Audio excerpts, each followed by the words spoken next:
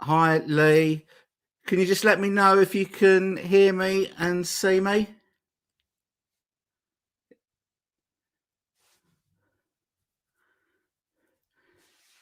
Evening, Andrew.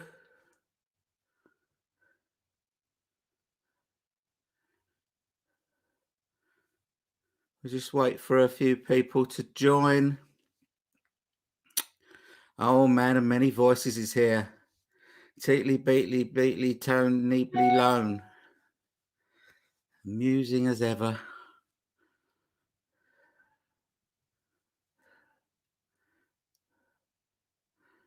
So how is everyone?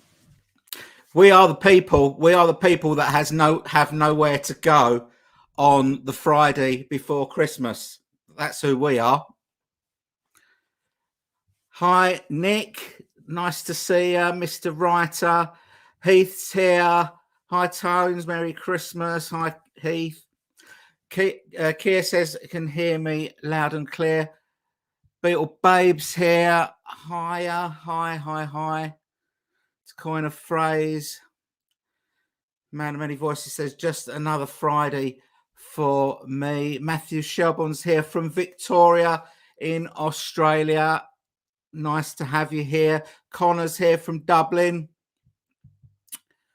Hi, Shane. Merry Christmas.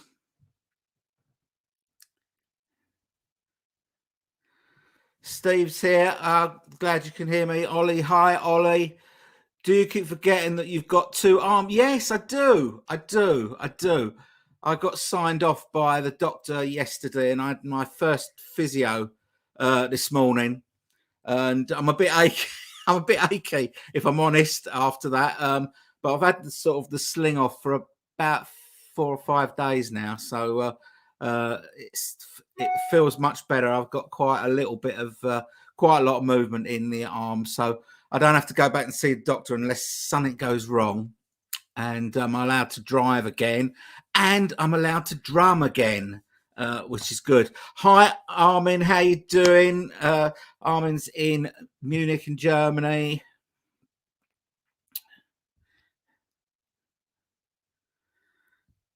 Yeah, well, I did have one wing down, but I'm okay now. Okay-ish. Anyway, getting there.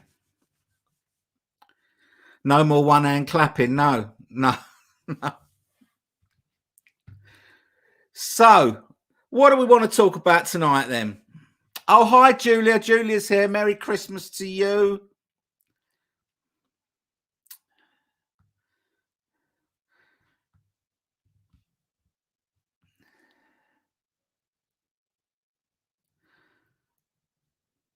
Hi, Richard. Nice to see you. Merry Christmas.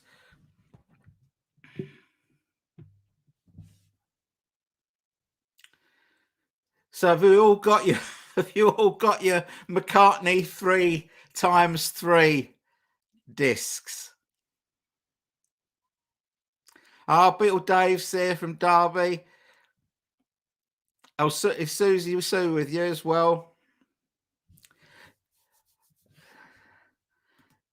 So Mr. Writer says you gave in, Tone, and bought McCartney 3/3. I did. I couldn't resist it. They just all look so nice, and I kind of liked the idea of throwing the dice and just seeing what you got. But I only know one person that threw the dice. In other words, didn't get the freebie from Capital and got the swirly one. Which is the one that I wanted, but I'm kind of over my swirly vinyl envy now because I'm really liking my, well, I don't know what to call it. Really, I call it the 3 sector ones. Heath didn't get McCartney 3. Nick got it, but not the one I wanted. You got the same one as me, didn't you, Nick? What did you get, Julia? Which one did you get? He says one is enough. Of course it is. Unless you're an idiot, which I am. So Yes, man and many voices. I prefer vinyl. It's just too expensive. Guarantee that vinyl is going to eat itself up again. The prices are just ridiculous at the moment, and if it goes any higher, people are just going to stop buying it. And we know that we can do without vinyl because we've done it before, and that's what will happen because it's just getting ridiculous. We're now in the stage where we consider that to pay just under 30 quid for one album is the going rate. 30 quid for one album is the going rate, and that can't go on. The Walrus was Danny says McCartney through. No, I refuse to be cynically exploited. Well, are you being exploited? Are you being exploited because you don't have to buy it, and if you look at the prices of these on eBay now, if you did buy it and you don't want it, you would have doubled your money by now. So you can kind of think of it as an investment. I don't ever sell anything myself, but people talk about being exploited, but not always the case. John, you got yours. Well, I think you must have told me what you got, but I can't remember what it was, which one you got. Julia got both of mine 3 sliced pie, so that's the same as my one, Julia. Nick, he got the 3 segments, same as you, but I might roll the dice. Don't do it, Nick. Don't do it. Don't do it, because if you don't get it, you'll go again. I know you'll go again. Keir says, I think it was Beatle Dustino who told me that he ordered 3x3 and Bang on the Run at the same time as I have, and he's had them both delivered. Oh, so you might be in luck then, Keir. You might be in luck. By the way, I really liked your video about the 3x3. I didn't comment on it because I watched it on my TV and I haven't worked out how I comment when I'm watching it on the TV, so I'll have to come and do it on my computer, but I will comment. But I did really like it. Right. Rob, hi Rob, nice to see you. Just watched Dinner with Greedo's roundup of the Mops various Crimbo songs. I wish I'd taken Christmas Time Is Here Again somewhere. It's got legs. Do you think it's a bit repetitive? I saw his previous video on the thing about it being a disappointing year for Beatles fans, and I'm afraid I don't agree with him. Right, Dino V is here. Hi, Dino. Nice to see you. 2 things. If you saw my video about Christmas bargains, and I mentioned about there's a couple of pages with an interview with Dino talking about his collecting habits, which is another reason to get that record collector McCartney special. But the other thing that I wanted to mention is Dino has started a Facebook group, okay, and I think it's called McCartney 3x3. And Dino, if you want to put a link to it down in the comments, that's fine. But basically, it's there for anyone that wants to swap their 3x3 because they've got a double and they want to swap it for something else. There's a group that Dino has started on Facebook, and I think it's called McCartney 3x3. And you can go on there and you've got to answer some questions, and you've got to post a picture in Messenger of you holding your 3x3 to prove that you have actually got one. And if someone else has got something that you want to swap it with, then you can do a deal.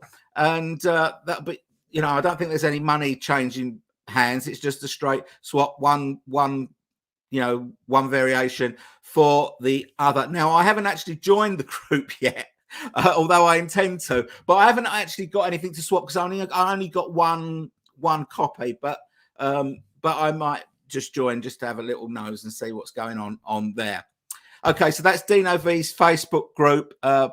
If you're interested in swapping your doubles of the McCartney 3x3, get yourself over to Dino's Facebook group. Okay, where are we? Missing comments here. Richard said idiot as well, 4,600 plus times over. Yeah. Is that in pounds or dollars? I don't know.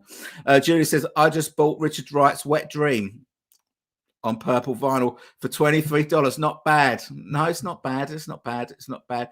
I'm not sure if I fancy the album, to be honest, but it's not bad price. Kyle says, hi, Kyle. Man of many voices. I got Focus 3 some months ago. Does that count? Focus 3? No. Quite frankly, no. It doesn't count. Heath says, Rubber Soul 2024. I want those other tracks remixed. Yeah, but yes. I mean, Rubber Soul is the best album, probably. Well, it is the best album left to get the remix treatment. But has the edge been taken off it now because we've already had 7 tracks? We've already got half the album. Is it going to be as exciting? I still think that we should have had the 60th anniversary of Please Please Me and With the Beatles more important than the 50th anniversary of the Red and Blue. That should have been what they've done, and that's really should be where they're going next. I know American a lot of American YouTubers and viewers and stuff think that there will be something for the 60th anniversary of the Beatles landing in America in February. I'm not so sure.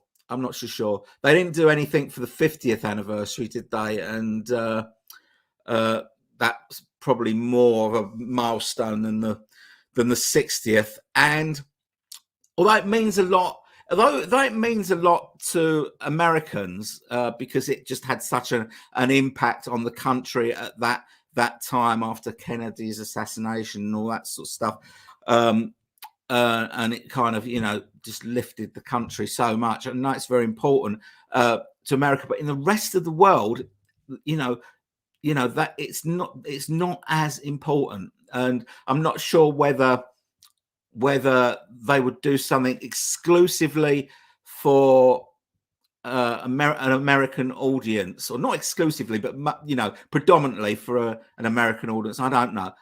We'll have to wait and see. Martin's here. Hi, Martin. Hi, Tone. James Hargreaves Guitar Channel recommendation, deep dives into Oasis lyrics. Yes, I've seen that. Now, now he's moved on to the Beatles. I saw that. I think this is the same guy where he did a breakdown of What's the Story, Morning Glory, and how it kind of tells a story as it goes through the tracks in order and what they mean and all that sort of thing, and who Sally was and all that. I think this is the same. Is this the same guy? I think it is. I think it's the same guy. Right, where are we? Andrew says, I will certainly be interested in the full 2024 Rubber Soul remix.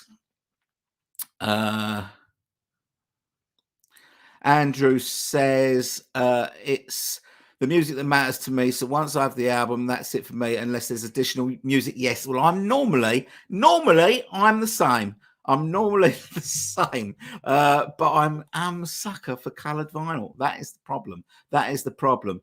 Harry Dance 1969 Tone. Link your phone to your TV, and then you can comment via that, just like I've just done. Okay. Happy Christmas, Harry. Sitting, drinking cup of tea, feet up, watching Tone. It's the idyllic Friday night, isn't it? Is Casualty on tonight? Right, okay. Everyone's saying hi to each other. Richard says, good idea, Dino, great idea. Andrew, Facebook exchange is a great idea. Dino says, I received 3 pizza variations, but have swapped all 3. Yeah, I saw your video this afternoon, actually, Dino. Well done. You got all 3. So your collection is up to date now. Good stuff. Harry says, yesterday I found a documentary on YouTube about the 20th anniversary for Sergeant Pepper's with Paul and George in it. Never knew it existed. Not the later documentary with Ringo also in it. Okay. Also, there's two Beatles programs on Sky Arts tonight. One is called How the Beatles Changed the World. That's a documentary, and I think that's on about 9 o'clock. And following that, at about 11 o'clock, there's 3.5 hours of Living in the Material World. If you haven't seen that, thoroughly recommend it. So that's on Sky Arts. It's on Sky Arts in the UK anyway, if anyone wants to watch it. Rob says, now he's talking about Christmas time is here again. It's got legs. I mean potential. Yes, I know. Agreed that it's repetitive as it is, but it feels like there is something worth working on and infinitely better than simply having, in my honest opinion. Okay.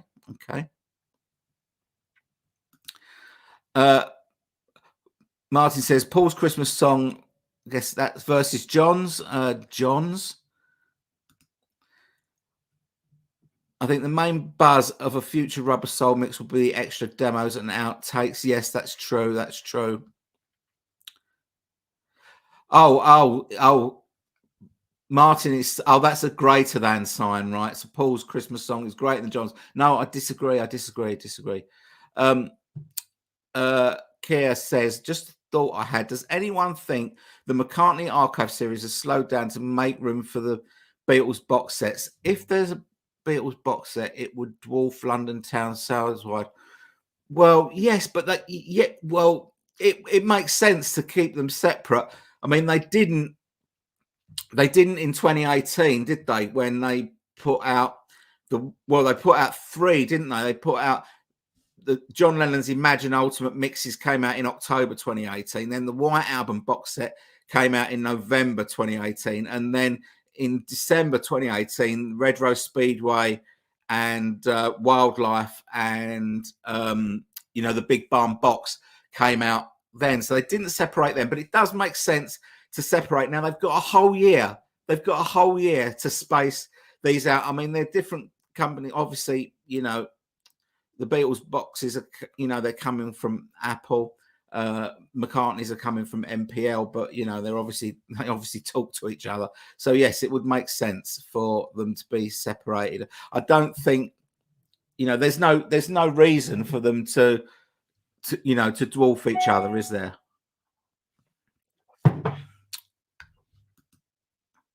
Carl said, love your prediction video going into 2023. You actually predicted red and blue. What do you see in your... Well, now...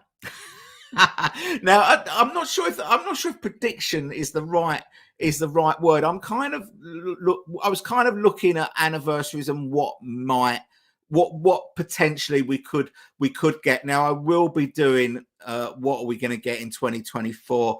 It's just going to be a guess. We already know some of the things that we're getting already.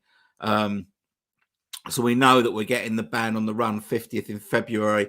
We know that Ringo's Country EP is coming out in March, and we know that the Mind Games Ultimate Mixes are coming out in June. So we've got some things to look forward to. But I'll leave what I think might happen for my video. It'll probably be one of the first ones I do in the new year. Lee says, my little Beatle family is here. There's 3 guitars and a drum. Nice. Did Ringo do the best tribute to another Beatle? I don't know. What song are you thinking of, Martin? He's done so many songs about the Beatles, especially in the latter years. Connor says, yeah, it's surprising that the 60th anniversary of Please Please Me has been ignored. Armin says, my Beatles wish for 2024 would be a mono box in coloured vinyl. It has not to be an AA cut. I would also appreciate if it was a digital source. Okay. Mono box for 24 in coloured vinyl. You're thinking along the lines of what they did with the Stones monos, aren't you? I don't know. Well, there's certainly a demand for it. I'm hoping that they don't bring it out in coloured vinyl, otherwise I might have to buy it. Right, Andrew says, I strongly suspect that whole of Rubber Soul has already been remixed and the red tracks were just lifted from it. Yeah, probably. You never know. Man of Many Voices. I was 10 when JFK was killed. We got sent home early. The whole country seemed to be in mourning, especially my parents. Yeah, we kind of know that. James, hi James, Merry Christmas to you. Right, we've got quite a few of Invisible Rays crowd here, which is good, I suppose. Music saying hi, Beatley Tone, Beatles channel. I'm late to the show. You're not that late. Happy holidays to you as well.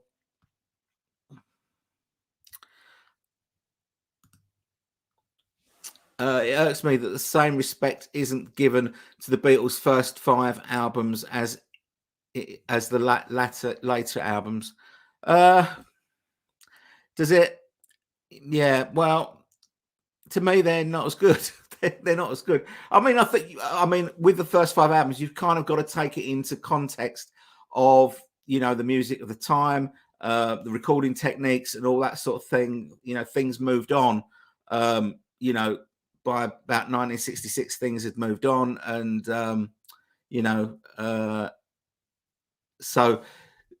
I think that the latter albums were, for me, they're better. I mean, I prefer sort of Rubber Soul to the end, to Please Me, to Help, but everyone's different. Hi Terry from Derbyshire. Hi there, Tone. Just briefly popping in to say hi and to wish you and everyone here and all your subscribers a very Merry Christmas and Happy New Year. Same to you, Terry. Ollie says, did you nick that on-air sign from Television Centre? No. Mrs. Beatley Tone bought that from an antique shop. It is a genuine thing. And it was, it used to sit in our lounge, but I've kind of commandeered it in here for my live streams. Okay, sound music here. I've got a reverb amplifier for my stereo rack now. I can Dave Dexter my early Beatles record. Sounds great. I'm not sure what that means. You'll have to explain it. Nick says, I'm glad they're doing this with the McCartney 3 rather than the station. I like McCartney 3 much more. Yeah, me too. James says, I've always liked the British version of Rubber Soul better than the USA version. Yeah, me too. Lee says, did the Mind Games and Walls and Bridges albums feel forced? No, I don't think so. I think that they are both quite organic from for what was going on at the time. Maybe Mind Games a bit more than Walls and Bridges, because I think Mind Games sort of sugariness was kind of a retraction from Sometime in New York City, I think. But I think Walls and Bridges is a very honest album and a very good album as well. Andrew says, were you getting a bit fed up with the comments on the recent Joe Mayo post? Did you look? You did look like you were. The comments. You mean the which Joe post? Do you mean the live stream that we did the other day? That was actually the Canadian Stud Muffins post. Unless you're talking, tell me what you're talking about, Andrew. I'm not sure what one you're talking about. Harry says, I'd actually like a full archive edition version of McCartney 3 with bonus tracks, etc. No need for it to be an old album, but fleshed out archive version would be great. I don't think that the archive collection is going to stretch past Flaming Pie, because from what I understand, it's a joint venture between the music and Linda's photo. So anything that's come after Linda died, I don't think is part of the scope for the archive collection. There is a Japanese SHM CD that you can buy of McCartney 3 that's got 4 bonus tracks on it. But that is about as far as I know. That's all there is, I think. Right, okay. The thing Richard said, the thing that bothered me most about the Mac 3x3 crap is that one copy was $50 total after the £12 plus shipping and taxes. That's absolute highway robbery. So that is probably about the same price as we were paying. It was, by the time we paid postage, it was about £39. Look, it's just, it's just a question. You either want it or you don't want it, and everyone's got the choice to say no. And but like I say, we're in the realms now of where we're getting used to paying over £30 for a record, and that is just ridiculous.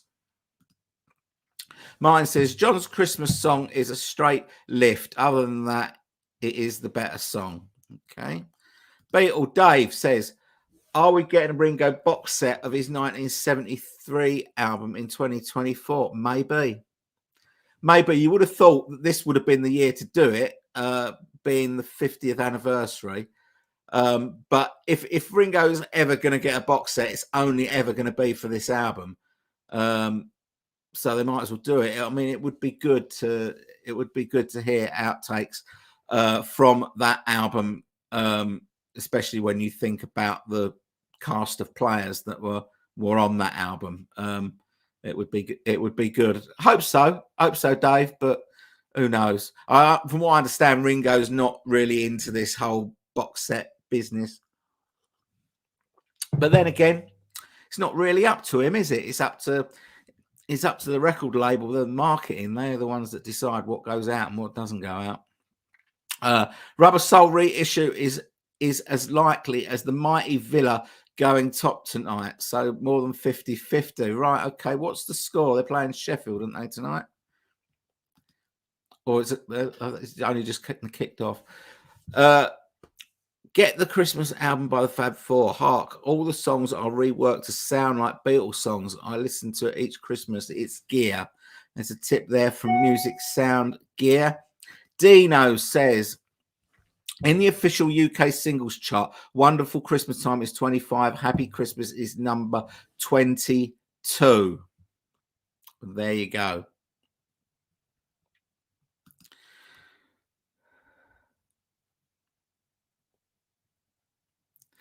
Martin says 2024. I predict a release every month. It's only rock and roll podcast. Paul's Christmas song is, well, very Paul. Catchy, hooky, memorable, and simplistic. John's Happy Christmas was very John. Deep, heavy, and ever so sarcastic in tone. Nice observation.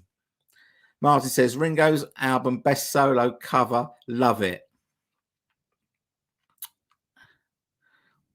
Very similar to... a bit similar to Dark Horse and a bit similar to Sgt. Pepper.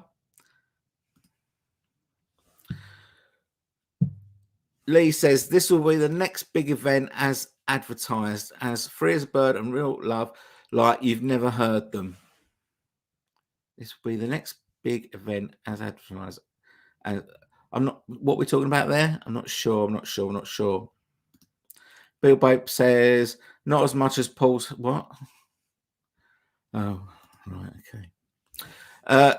Keir says also, I read that the Rockestra theme and all the artists that took part was a major stumbling block in getting back to the egg reissued. I'd love to know what the delay is.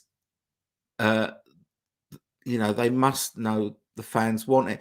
Well, I'm not sure why there should be an issue with the Rockestra theme, because Back to the Egg has been reissued on CD without any problems. So I don't know why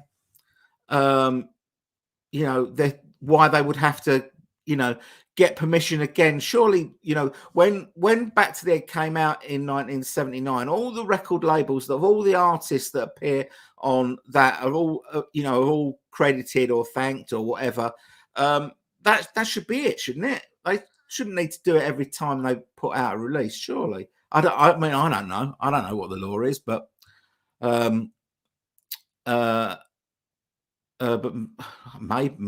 I don't know. I just don't know. Martin says never without you. That's it. That's his opinion of the greatest tribute song to the Beatles. That's his tribute to George. Yeah, it's a good song. Do you reckon it's better? Is it better than When We Were Fab though? I don't know.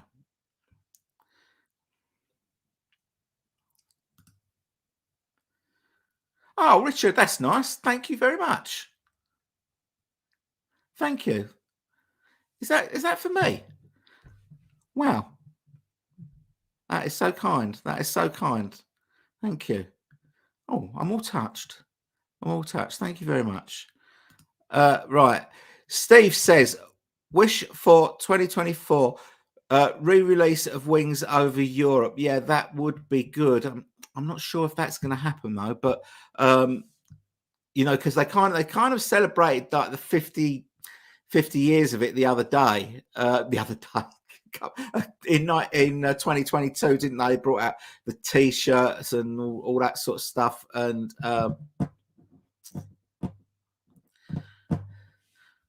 but there you go. I don't know.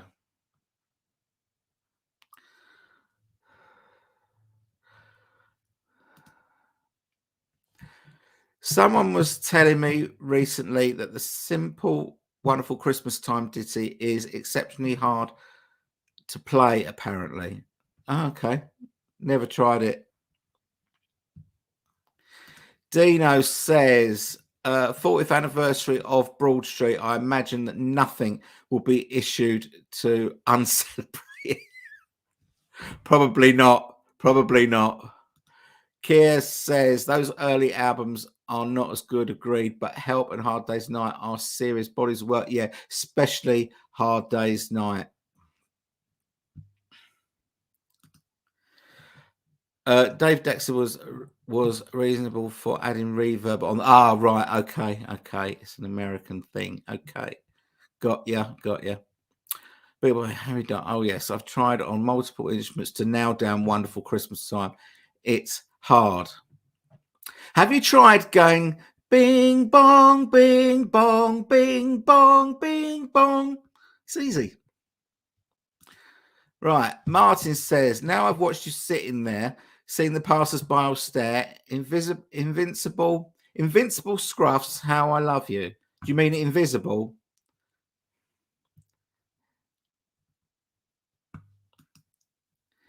I'm waiting for Invisible Ray to say something that actually makes any sense.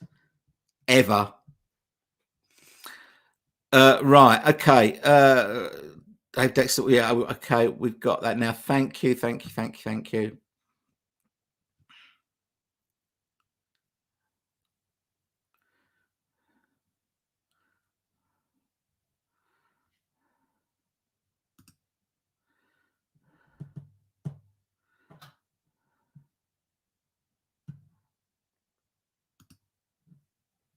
Anyone who?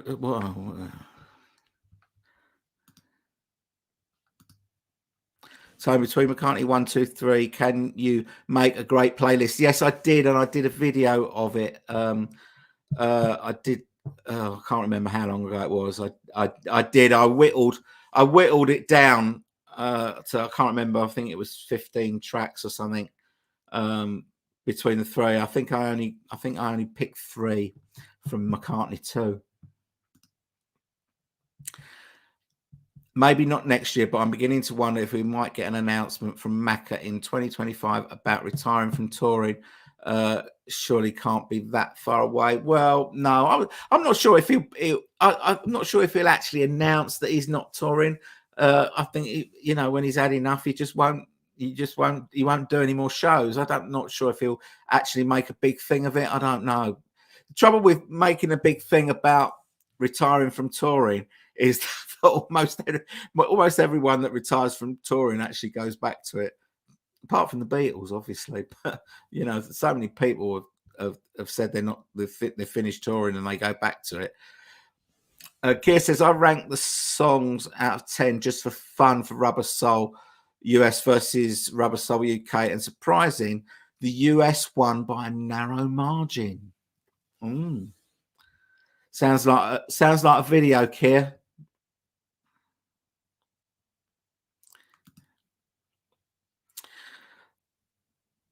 For me, solo Beatles stuff is okay, but it has not got the magic of the Beatles records. Is it just me? Well, no, I don't think. I mean, I wouldn't say, I wouldn't say across the board. Is Ram a better album than Beatles for Sale? Yes, in my book. There are some gems within the Beatles, within the solo catalog, and there's some absolute stinkers as well. You got to kind of know what you're doing, I think. But there's some solo albums that are better than Beatles albums. I would say, but not many.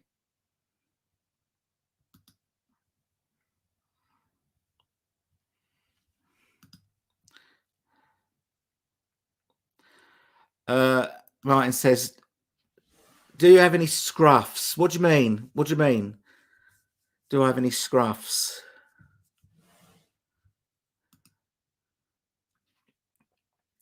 It was a Stud Muffin live stream chat. I thought I detected a few eye rolls with some of the chat. I think the thing was when what were we? People were talking about was it about who was funnier? It was just the whole John versus Paul thing. I just think it's a bit, so just a bit of a pointless conversation, and it kind of went on and on and on and on, if you know what I mean. So that was what that was.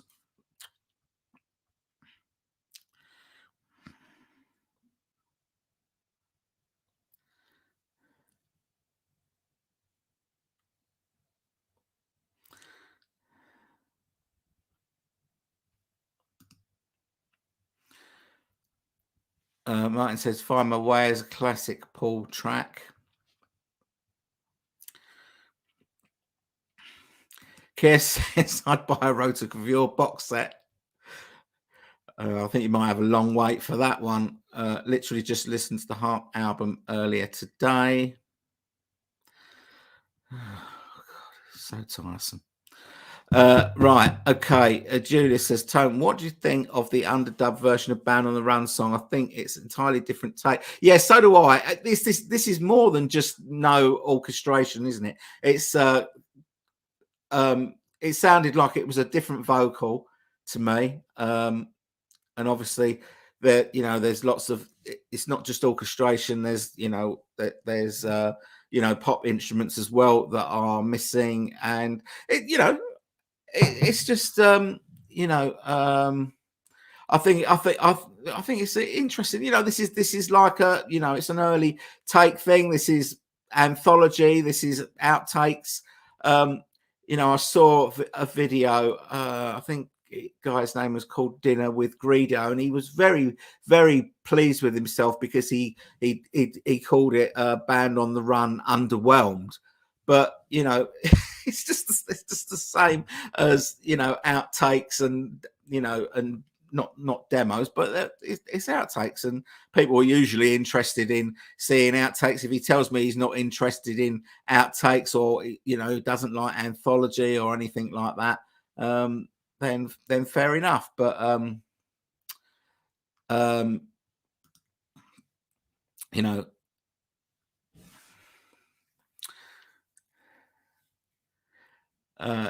otherwise I don't believe him, really. I think he's just trying to be funny.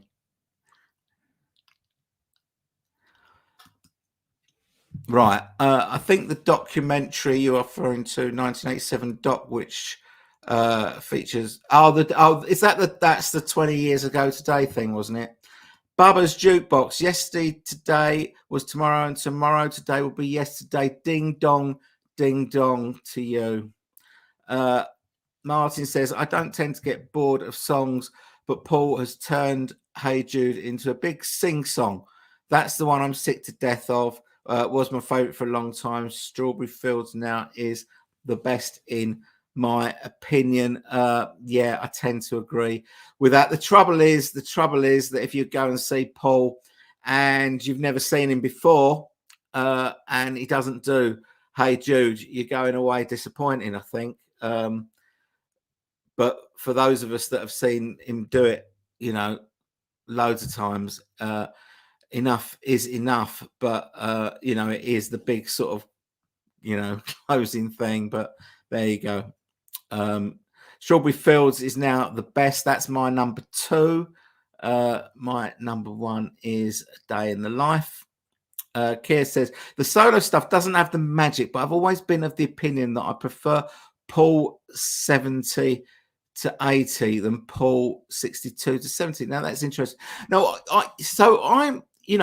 it doesn't have the magic, but it really does have a lot of intrigue. The solo albums, and I think because it's because they're not perfect. They're kind of not. Well, I wouldn't say they're perfect in their imperfection, but they're there's gold within them hills. You just got to kind of look for it. I think, and I do like the solo stuff. I'm not keen on Ringo's solo stuff. I have to admit, whenever I buy anything by Ringo, I just think this is just a loyalty purchase. If he'd been the drummer in Herman's Hermits, I wouldn't be going anywhere near his solo stuff. Do you know what I mean? But with the other 3, I do enjoy the solo stuff, I have to admit, even though it has weaknesses throughout. Dennis says, I'm looking forward to the Mind Game set. Wonderful melodies and incredible singing on One Day at a Time, Out the Blue, and the title cut. The outtakes should be interesting. Yes, they should. There's some good outtakes on the Lennon Anthology from the Mind Games album. I think it's One Day at a Time that's got an extra verse in it, and he doesn't sing in the falsetto voice. I think it's that one. I can't remember. But yeah, it should be interesting. 6 CDs and a couple of DVDs. It sounds good, doesn't it? Once all the solo Beatles left Apple Records, I followed them less and less. Apple was the thing that held them together as the Beatles for me. Good point. Hand pink waving. Hi, Sam. James says, speaking of solo stuff, I found London Town on vinyl for $2.99. No crackles or skips. Well done, James. Good one. Martin says, Tony, have you ever watched Breathless 3, 4, 5? Just about the best Beatles thing I've ever watched. Is that the Lennon McCartney together forever or something?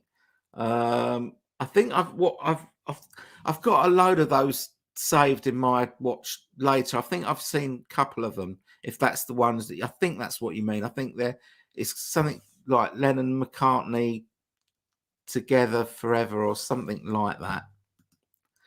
They're very good. Ronnie Roberts says, Free as a Bird and Real Love must have been mixed with the new AI tech. I wonder when and how we'll hear them. It's a no-brainer. I know. I can't understand why they were left off the Blue album. If Now and Then was on there, the Blue album has got every A side of a single on it. The Red and Blue got every A side of a single on it, apart from those two. I don't understand why they were left off. Doesn't make any sense. And to me, it makes it makes no sense to me to do a reissue of the anthology albums, because you don't remix outtakes. So that doesn't make sense to me, for them to do a remix of Anthology. But there you go. Right. So I don't know how we're going to hear them if they have been done. If they've been done, I mean, they would argue that they were done in 2015 on the One Plus DVD, but not an audio only version of it. You've got to watch the video to see it, to hear it. But they didn't remix a lot of stuff that was on that one album that they remixed only in 2015, did they? Mike said, Tony, I'm sorry, but that Now and Then clock story is ridiculous. Never heard more rubbish in my life. Why do you not believe it?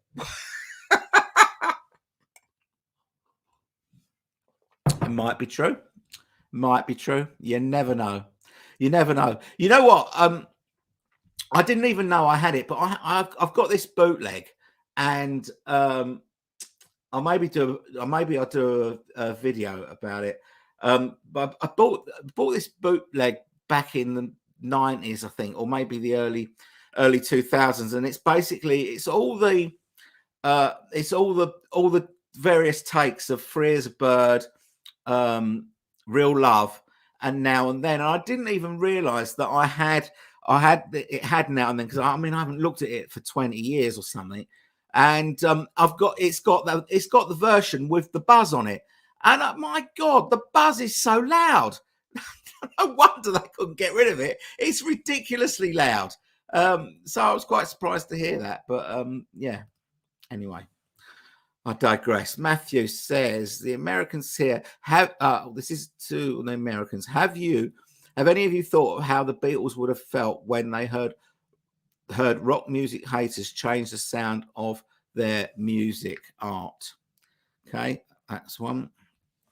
Tone, as a glasses wearer myself, you like you've just opened the oven door.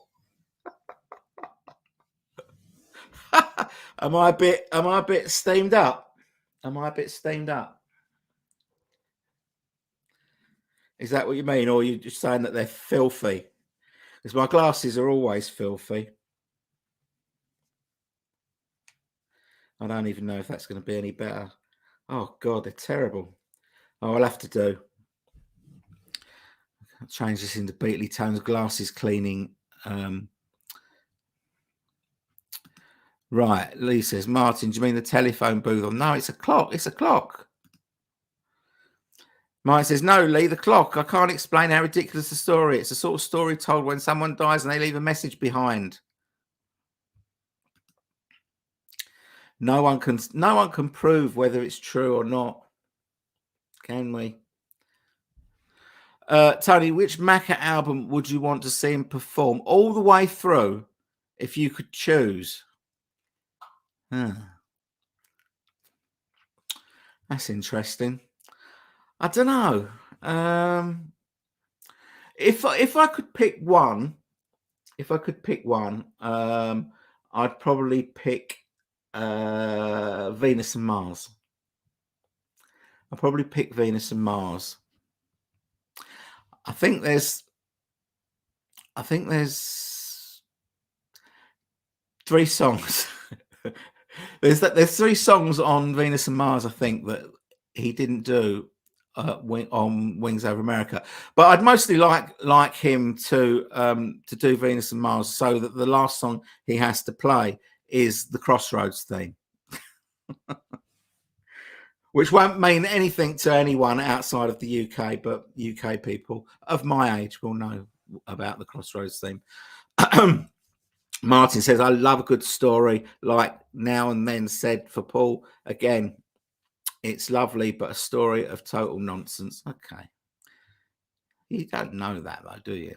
Tone, I myself am a loony Beatles fan. I like finding my own meaning. The songs, and I swear I feel I get closer to the truth than Macca, who loves making song meanings up. Well, yeah, he, you know, he does. He forgets things. He forgets things. Paul in the lyrics book explains Ebony and Ivory. I'm glad he cleared that up because it was hard to tell what the song was about. Did he explain how he managed to rhyme keyboard with Oh Lord and get away with it, though? Did he explain that? I can't remember him coming clean on that. Nick says the McCartney Archive series has slowed down almost as much as the Beatley Tone album ranking series. Yeah, it has. There just seems to be things getting in the way. I was thinking about doing an album ranking quite soon. I don't know which one to do, though, but I haven't done one for a while. Yes, you're right. Keir says, agreed, Tone. The imperfections of Wings, John and Paul especially, is great. You can hear them struggling without each other. Paul does the best, but John would veto famous groupies. Yeah, he would. Although I love it. I love the ending to London Town song video. It's hilarious. It's the cheapest looking set I've ever seen. And Paul at the end, love it. I love that as well. I love the song as well. I've never got bored with that song. Armin says, I never got connected to Ram. Beatles for Sale, on the other hand, is surely not the biggest album, but for me, it beats Ram easily. Imagine for Sale, including I Feel Fine and She's a Woman, a burner. That would definitely improve it for sure. And get rid of a couple of those covers like Mr. Moonlight and Kansas City and Kisses Martin McGrath. Now and Then Clock Story. I thought the same. Yuck. Does anyone love the Lennon acoustic album? Not a great deal. It's okay.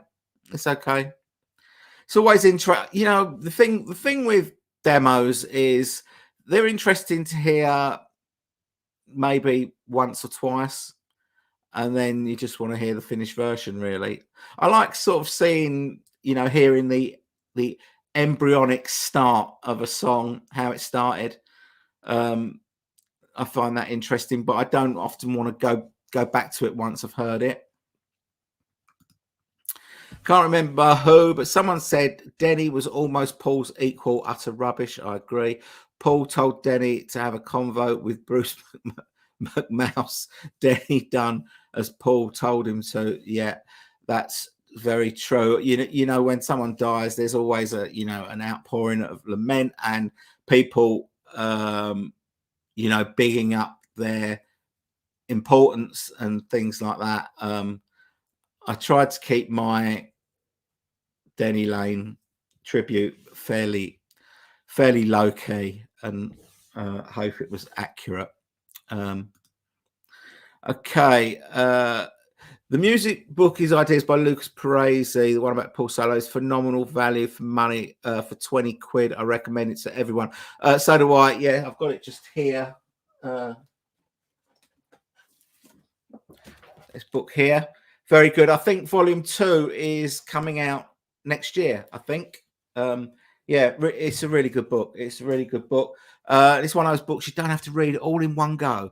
You can just come back, go read a couple of pages, come back to it. It's good. Kia Barrels for Sale is excellent. I prefer Ram though. Yeah, me too. Bob's here. Hi, Tone. Sorry, joined late. No worries, mate. Still working in sunny California. Hopefully, I can sneak off early. Erin and I wish you and Mrs. Merry Christmas and Happy New Year. Same to you too, Bob. If you get out early, do pop on and we'll say hello again.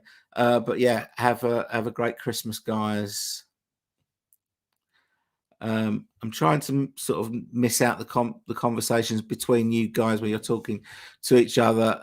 Lee says, here's my take on the Beatles solos careers. They're great albums, has one or two stinkers on it, and their stinkers had one or two great ones on it. Yeah, that's not a bad summary, actually. There's always, even on Give My Regards to Broad Street, you've got No More Lonely Nights, which is arguably one of McCartney's best songs of the 80s, I would say. So yeah, there is always something. It's always something. It depends on how many good songs has there got to be for it to be a decent album. I think it's got to be 5 at least. I think there's got to be 5 really good songs for it to be decent, I think. Lee says, I think John's melodies are just as good as McCartney's is sometimes. Yes.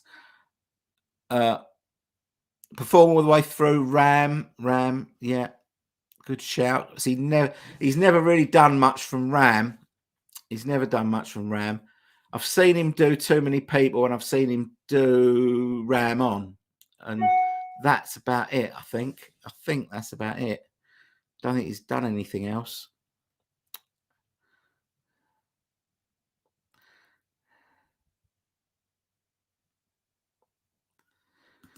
Right. Martin says, I have a theory on Ticket to Ride. It's widely online. Other loonies think the same. I hear John singing Ticket to Ride, a place in the UK women had abortions.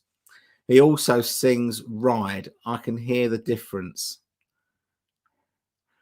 Yeah, I've been to Rye. Didn't have an abortion, but I've been there. Right. Armin says, what's the thing with the now and then clock story? Well, this is the thing where George found that clock in a shop, and I can't remember where it was, somewhere in America, and it's got like now and then on it, and he bought it and he brought it home, and it was he put it on the mantelpiece or something, and it says now and then on it, and Olivia says that was that was a sign that George was giving his nod of approval. I mean, it is a bit far-fetched, I have to admit, but story's a story. Who cares? I don't care. It doesn't really matter, I don't think, to be honest. It just doesn't matter. Right, okay. Paul in his lyric book explains the meaning of the song. No idea why he's explaining. It's a John song. Paul flipped credits to, and Paul mentions a place in Wales, Ride, where he visited his cousin. Okay. This is Ticket to Ride we're talking about again. Okay, that's a bit weird.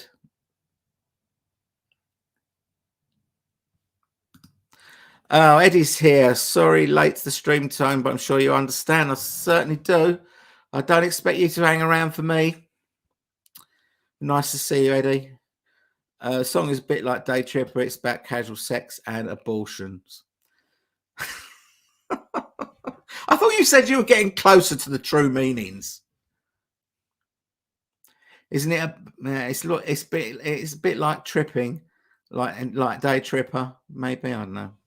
Luca never did answer my question about who produced Once Upon a Long Ago. Did he? No, he didn't. He didn't. Tone, Paul has forgotten who he meant when he sang Brother Michael Jackson or his brother Michael. Yeah, look, he forgets things, doesn't he? He does forget. He's stupid.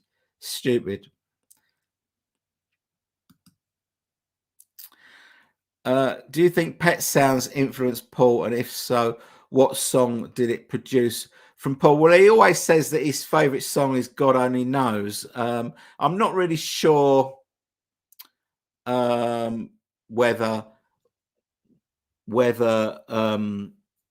it influenced Paul that much. We know that Brian Jones was influenced by what he heard on Rubber Soul, and that's where Pet Sounds sort of came from. Although I don't really see a lot of correlation between those two albums. I have to admit, I think Pet Sounds is an overrated album for me. It's okay, but I don't think it's the best thing since sliced bread, I have to say. Kia says, Amen. Look up the story now and then. It's clearly manufactured to overthrow the fact that George didn't want to do it originally, but Paul did. Yeah, I don't think that George didn't want to do it. He just didn't think that they couldn't get rid of that buzz, and then with the buzz, I mean, because you think about all three of the songs. If you hear the original demos, they're nothing. It was all about what they could make those songs into. But you can't do anything with a buzz going through, and that's the reason why George didn't want to do it, not because he thought the song was rubbish.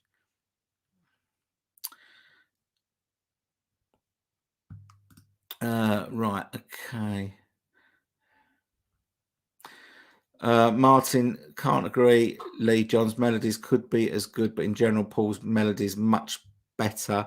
I tend to agree with that. Harry says, big love to Beatle Babe as you mumbled something under your breath, said it out loud while you were scanning other people's chat. Tony didn't mean you, Beatle Babe. Sorry, I'm not. What was that about? I don't know what that was about. No, I wasn't talking to Beatle Babe.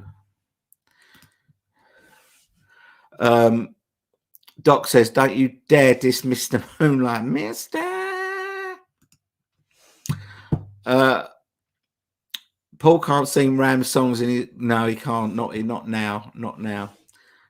No. And you know what? Even with the great vocals of the band that he's got in that band, Ram songs just wouldn't sound the same without Linda's vocals. I don't think they're so integral to that album. Lots of tracks on that album anyway. Dave says a lot of songs on the early Beatles albums by John, Paul and George were right when they were still in the Beatles. Well, yeah, they were. Quite a lot of All Things Must Pass we know that there's a few things off McCartney that was tried out during Get Back and the White Album sessions. We know that Jealous Guy started life as Child of Nature on the White Album sessions, and Give Me Some Truth we saw in the Get Back movie. So yeah, a lot of them did. Nick says, I know we all like to moan. Who? Us, Beatles fans? Moan? But we have an incredible amount of Beatles related releases over the last few years compared with the 80s, where we didn't get very much at all. Yeah, this is absolutely right.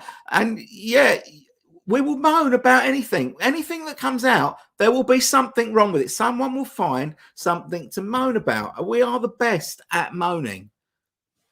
And and you know what? I just don't think that I'd rather have everything out there and have a choice to say no than it be like in the 70s or 80s where all you could buy was the Canon.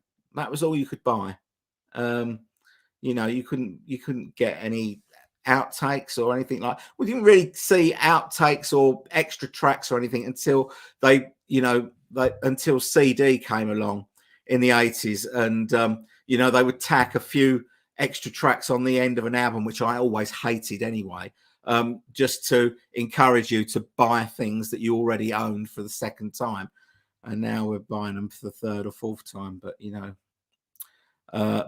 would rather have them out there than not have them like in the bad old days. John sings lead on Ticket to Ride. Paul flipped the credits. I'm not having that at all. Paul has carried the Beatles name fantastically, but he has done a few bad things like credit flipping. He's trying. He's tried to. I didn't realise he flipped the credits for Ticket to Ride. Where is that in the lyrics book? Is that? I don't know about. I mean, it's not.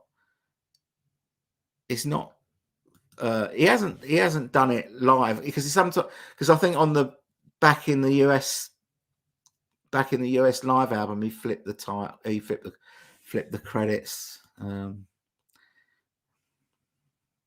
Under no circumstances does it be a McCartney, Lennon, nowhere. I'm with Yoko. Go away, Paul. You ain't changing history. No, okay. We all know you wrote Blackbird, Paul. That's fine. You had an agreement. It would be Lennon, McCartney. The end. Yes.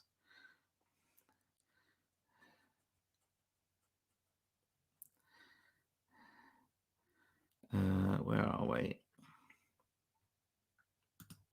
Armin says, I think I'll give Ram another try and catch the magic. Yes, recommend it, Armin. It's a great album.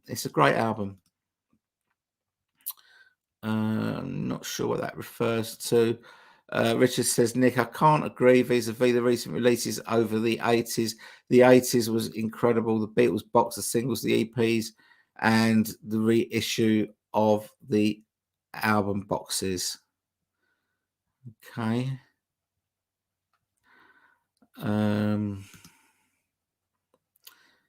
Harrison said he thought Lennon's songwriting went off towards the end in relation to the 90s reunion, much to Paul's dismay. Yeah, but this is the man that thought Extra Texture was a good album. So, you know. Tone, the Paul is Dead rumour is part of their mythology, and I love it, and so do I. And have you seen my video on the Paul is Dead story? It's quite amusing, if I say so myself. It was one of my early creations, so there's lots of and buts and but it was fun to make. It was fun to make. Okay, Kia says, if you could get one reissue next year, what would it be? London Town. Yeah, me too.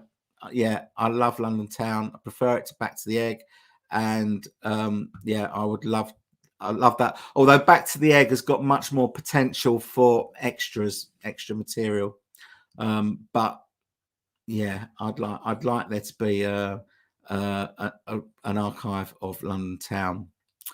The only thing the recent re-releases have over the 80s are the outtakes and demos. Well, yes, that's true. Elfin Man says, have you seen Dinner with Greedo's channel and his Under the Cover series? Interesting, where John got the melody and calls for Harry Chris. No, I haven't seen that video. I have seen some of his video. Martin said, a scruff is someone who only goes to one person's channel. A narrow-minded sycophant like an Apple scruff wouldn't go to another band and hang out waiting on them. No, I don't think I have anyone like that. I'm perfectly aware that everyone that subscribes to my channel subscribes to lots of other channels, of course, and so do I. So no. We are paying over the odds for Beatles reissues now just because it's the Beatles. I don't think, you know what? I don't think we're paying any more than anyone else is. You know, I saw the Bob Dylan, the Budokan thing, the latest in the bootleg series, 190 quid. It's 4 CDs. I think there's a book with it, but the original Budokan album was a double, and now there's two extra. There's 2 extra CDs, 190 quid for 4 CDs. That's outrageous. That's outrageous. That's much more than the Red and the Blue album. And that was 4 CDs as well, wasn't it? 4 CDs. But Dave says Ram is a fantastic album. I think that, you know, this is a thing.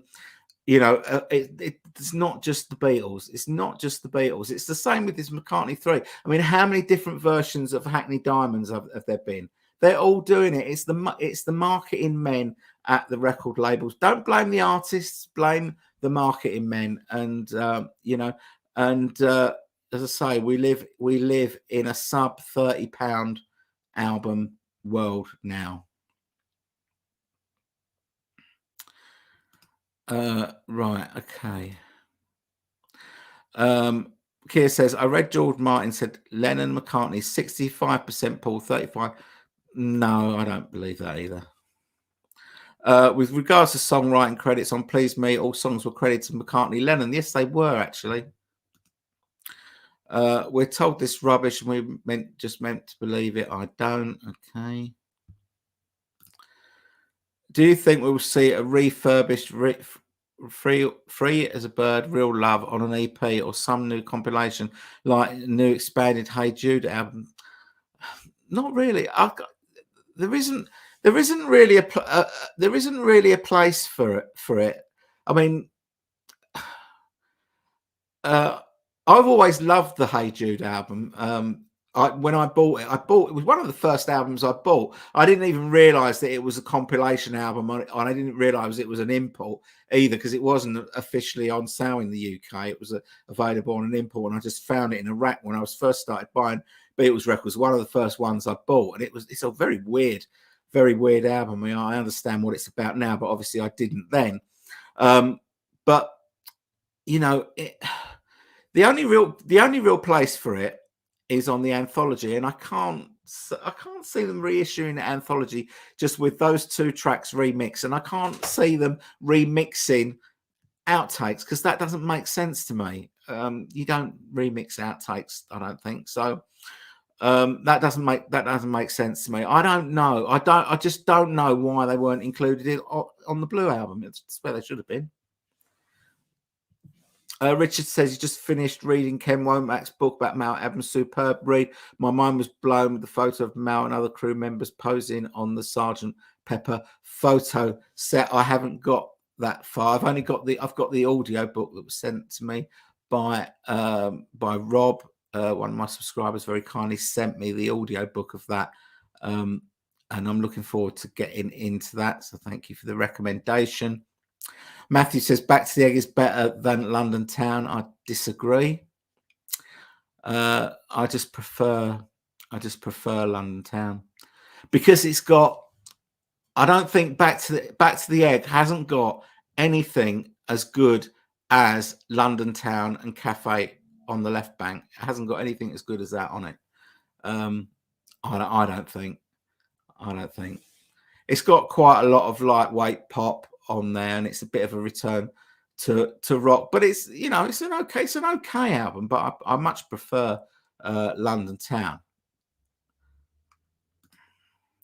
Lee says McCartney Lennon would be like Hammerstein and Rogers, just doesn't flow. I agree.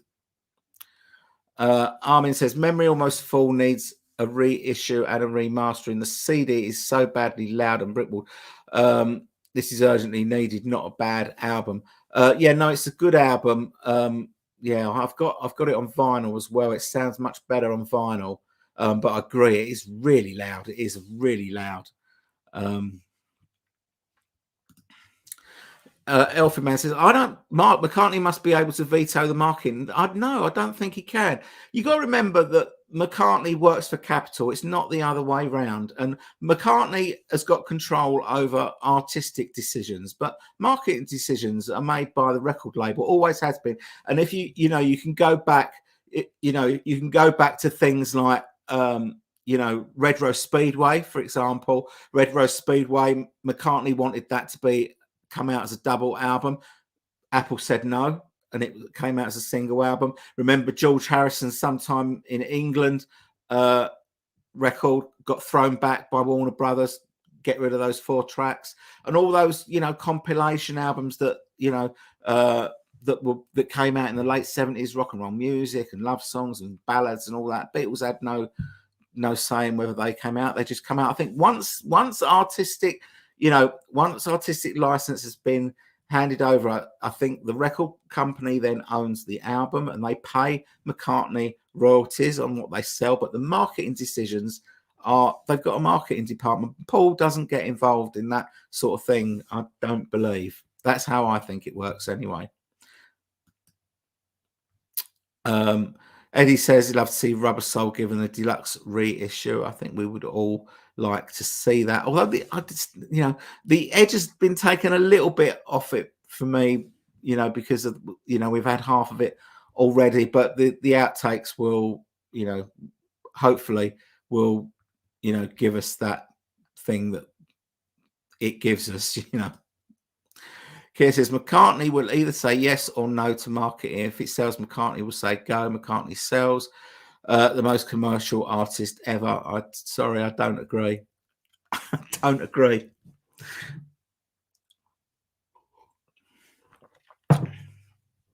I don't think that he has control over what the marketing department do. I think they do what they want. Martin agrees. London Town. Cafe on the left bank, top 5 McCartney song ever. Yeah, it's brilliant, isn't it? Brilliant song. Am I the only one? My favourite of the London Town LP is Morse Music and the Grey Goose. I love that song. Like I'm the Walrus. There's so much inside it. Keep you interested for you. I love it as well. It's not my favourite song on the album. That would either be London Town or Cafe on the Left Bank, but it's a great song. It's just so different to anything they ever did, and it's got all these different parts, the crazy sort of, you know, keyboard slamming and the sort of wild guitar licks and all, and the sea shanty and all that. It's great. It's great. Martin says, give us a controversial Beatles opinion tone. You just want to argue with me about something today, don't you? Hit the like, hit the like, guys. And if you haven't subscribed, you could have the chance of being subscriber number 3,800, because I've been stuck on 3,799 for about 2 days now. So if you haven't subscribed, come on, give us a subscribe. Love to have you on board. Martin says, Mr. Bellamy is about a cat. Lol, I read that. Go listen. Yeah, it's about a cat. It's Mr. Bellamy is the cat stuck on the roof, I believe. Love that song. Rubber Soul box set should include the USA version of the album too. That would be good. That would be good. Because I don't have a US Rubber Soul. I mean, I know what's on it, but I don't actually have one. So yeah, I would like that. And they have to include the mono as well. Now they've started that little thing. George had to say no. George had no say in the best of George Harrison. Yes, that's true. What an unfair compilation that was. All the others got solo albums from from their entire solo career, and George had to make do with half the side of Beatles.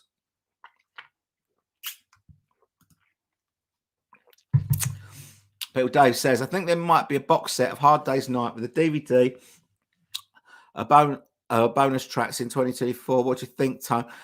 Well, I mean, it would be great, because after Rubber Soul, Hard Day's Night would be my next choice, because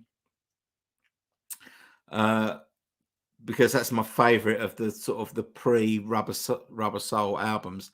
I'm not sure whether they would include a DVD of the film, because it's already come out, hasn't it, as a Blu-ray, I think. Hard Day's Night, it is actually out there already. So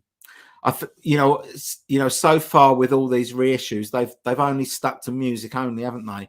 So I'm not sure whether they would go to film. I mean, maybe they would be if there's a shortage of good outtakes. And by good outtakes, I mean like proper outtakes. I don't really like these ones where they've just give you an instrumental of the finished version. They just take the vocals off and they call that an outtake. I don't like that. I want proper outtakes where things go wrong. That's what I want. But yeah, I'd like, it would be the 60th anniversary. It's also the 60th anniversary of Beatles for Sale next year as well. Andrew says, Rubber Soul triple re-release album, new mix, outtakes, and the mono version, and and we've also just added to that. Music Sound Gear wants the US album included as well, and I'm good with that as well.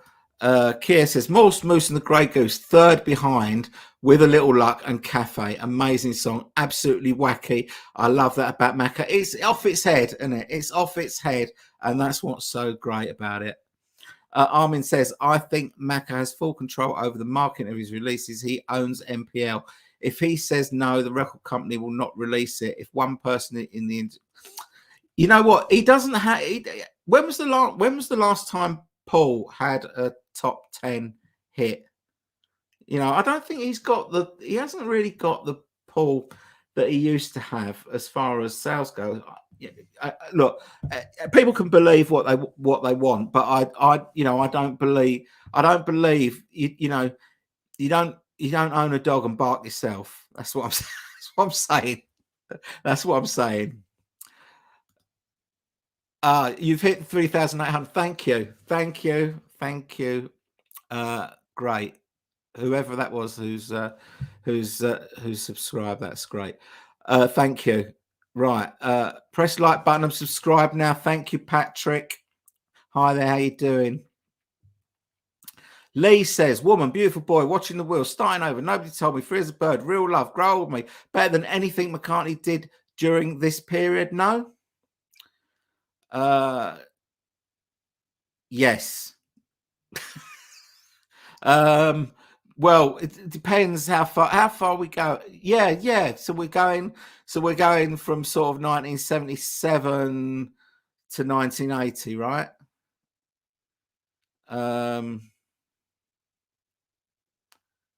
I'm not sure. I mean, there's probably a couple on London Town, but beautiful boy. I'm sort of like that with that. Woman's great. Watching the Wheels is as good as anything he ever wrote. I think. Starting over. Nobody told me.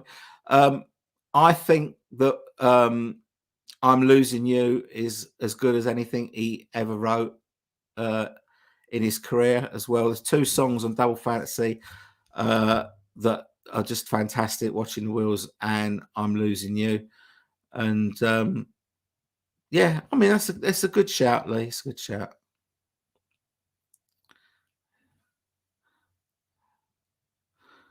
Martin says coming up better than nah,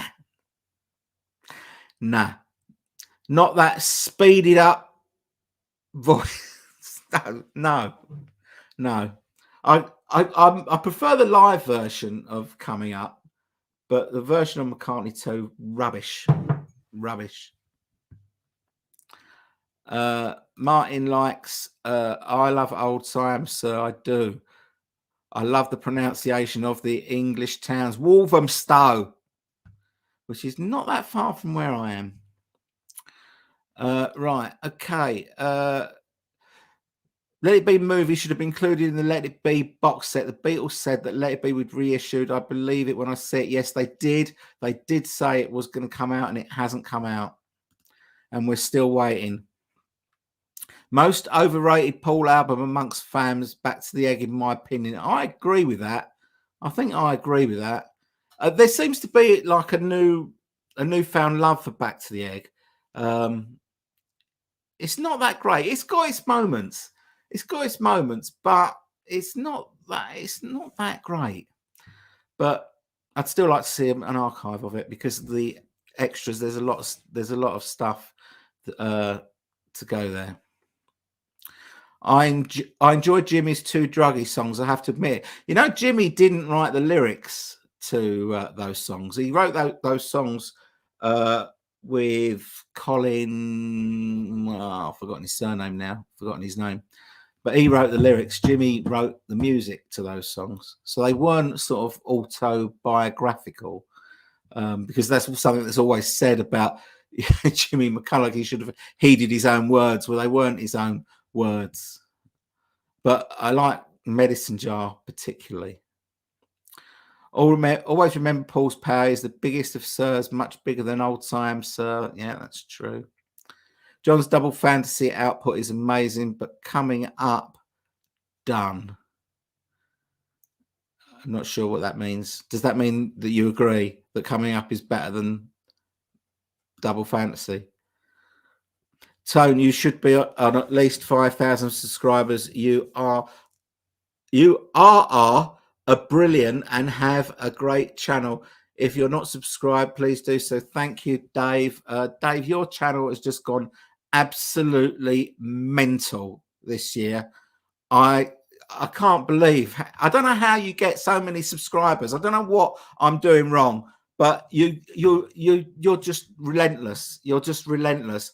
You had about 500, didn't you, in June?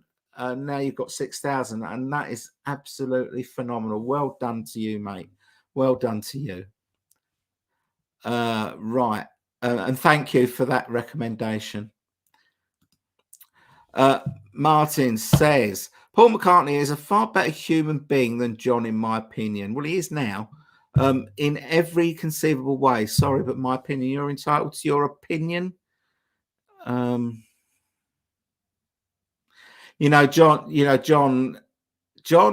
was a very complex character, very complex indeed, and he was one of these people that if you were ever to meet him, it could just like ruin your whole life.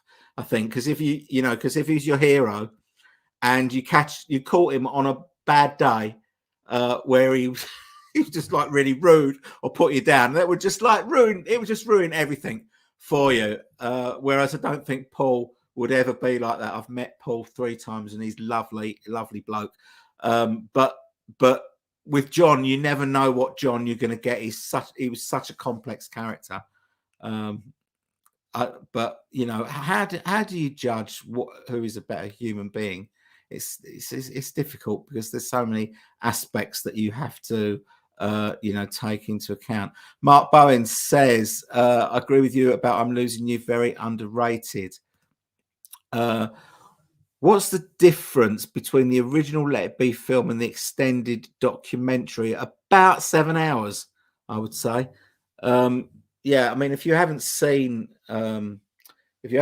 Get Back, I recommend that you see it because it is just the most fantastic rock documentary ever made. It's just brilliant, and 8 hours wasn't really enough. We could have had more. I mean, the original film is about 1 hour and 10 minutes, and it's very miserable, and it's it's got great music in it, but it's very miserable, and it's a bit sour. And the Get Back movie tells a completely different story because there's less bits cut out, and you see more of them being natural with each other, and it's just an absolutely fascinating watch. So yeah, that's the main difference, I would say. Matthew says Universal Music is Paul's, John and Ringo's, and the Beatles record label. Yes, it is, but they're different. They've got different companies though. MPL is Paul's company. Martin McGrath, Medicine Jar is a riff. Jimmy was a whiz kid. He was fantastic. He was about 12 when he was first in a band, I think. Sound music again. My favorite track on Back to the Egg is Spin It On. That's the punky one. Yeah, it's a good track. Saw him do it live in 1979 a few times. Controversial, but From a Lover to a Friend is the most beautiful track Paul has written in the last 50 years. That melody, the tone, and the production goes over the head of most fans. Now, I do like the Driving Rain album. I'm not sure if I would say I would say that. Well, I definitely wouldn't say that. I definitely wouldn't say that. I mean, it's not as good as maybe I'm Amazed or My Love or anything like that. in my opinion. But you know, if you like it, Harry, that's great. That you know, that's great, and you're entitled to your opinion. But it wouldn't be for me.